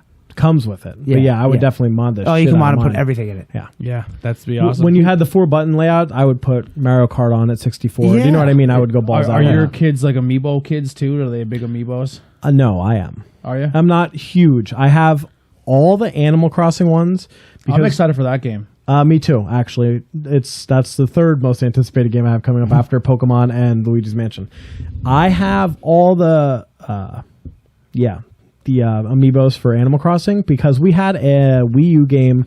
It was kind of like a board game, but it was Animal Crossing, and you didn't like even really use the touchscreen a little bit, but the rolling of the dice and everything was all done with an amiibo. So like I would use Tom Nook, and so like I roll the dice, I put it up to the gamepad, and that's my dice roll. Okay. So we have a bunch of them for that game. We also have a couple for Smash. I think we have like Kirby, Pikachu, Link, and then we have a lot of the Odyssey ones too because my daughter wanted. There was like special outfits. You couldn't get Costumes, the tuxedo and the they sell bride's dress cards. without them. Yeah. They Yes. sell little cards. So I have those for Breath of the Wild. I have all the cards, so we can get Epona and the knight's swords and Yeah. There's only 2 amiibos I want.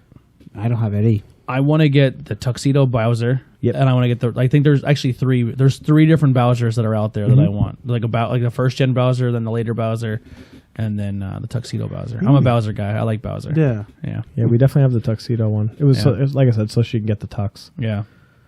Yeah. I went crazy for the Disney Infinity, the first gen. really? I had all of them. I gave them all away. No. Damn. I gave them all away. I never played any of them scan games like the Skylanders or nothing like that. Yeah. It's a cool idea. I get why they do it for kids. I think it's great. Yeah. I'd be very hesitant to bring it to my house because I know what it is. Yeah.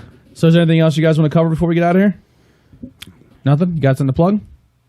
Other than wrestling shows. Yeah. So Call it the Power Ring? Yeah, call that. We'll probably record Friday. It might be out Saturday. What do you guys It might wanna be talk out about? Sunday. What are you talking about this episode? With the wrestling of the week, the New Japan show because I did watch it, King of Pro Wrestling, and whatever comics came out. X-Men 1. I read the first issue, Okay. and that came out. How was your I think giant you read issue? it. Did you read that? No, I didn't. Yeah, that's all old stuff. So that's like not. I can Yeah. read that whenever. And then I read a book called Strike Force. I'm where- interested to see your apartment one day, just to see yeah, all like the stuff I have. comics yeah. everywhere. Yeah, That'd be s- awesome. Strike Force is like an Avengers team led by Blade, which is pretty cool. So it's kind of like a Suicide Squad but Avengers. So Yeah. they talk about that. And whatever books he read this week, I obviously didn't go to the shop this week because it's an hour away. Yeah. And if people are interested in getting a new shirt, it is on all of our social media. Yeah. You can check it out. Just contact Andy and we'll work it out. Yeah, we'll get your shirt. I'll come to a wrestling show. So yeah, yeah. I'm get pumped black for it. one. Once the black ones sell well, blue ones, and then Yep. yellow ones. Awesome. You got anything to plug? Yes. So last week, Malifaux Leagues at the Alchemist Cove. I don't know why you would want to join at this rate because it is last week, but that is going on this week. Also, little surprise for anyone that's listening. I believe that we, as a family, the Miller family, my wife and my 2 daughters, we will be recording a reaction video for Luigi's Mansion as it comes out, Oh, that's and a cool. little bit of a gameplay video. So I'll have more information on where to find that next week. I'm really looking forward to that. And then also, November 23rd is our Malifaux tournament at the Alchemist Cove. It is a 50 Soulstone tournament, $10 buy-in with prize support. I believe there's already like 8 or 9 guys registered, so that's pretty good. If you're interested in, How's the league that you're doing going? it's really freaking close. Like the guy that's in first is in first. He got it locked. I think even if he took a loss in this last week, he'd still be in first. Second place is like a 3-man tie. That's pretty good. Yeah. That's pretty Now, good. once you're in first, it's over. He's winning the prize money, or is it like a playoffs? No, he'll win it. Even if, like, let's say me and another guy tie for second, the way that it's scored will go by like how many individual points we scored throughout the course of the thing. So there won't even be any playoff. There'll be like it'll play that whoever has the most overall points will actually get second then. So Cool. Awesome. Well, that'll wrap it up in Not Cool in High School. Like I said, go check out the other channels on this show. And like I said, the most watched show last week. Let's see if it happens again this week. Yeah. Thank you guys so much for the continued support. And we'll see you next time. See you later.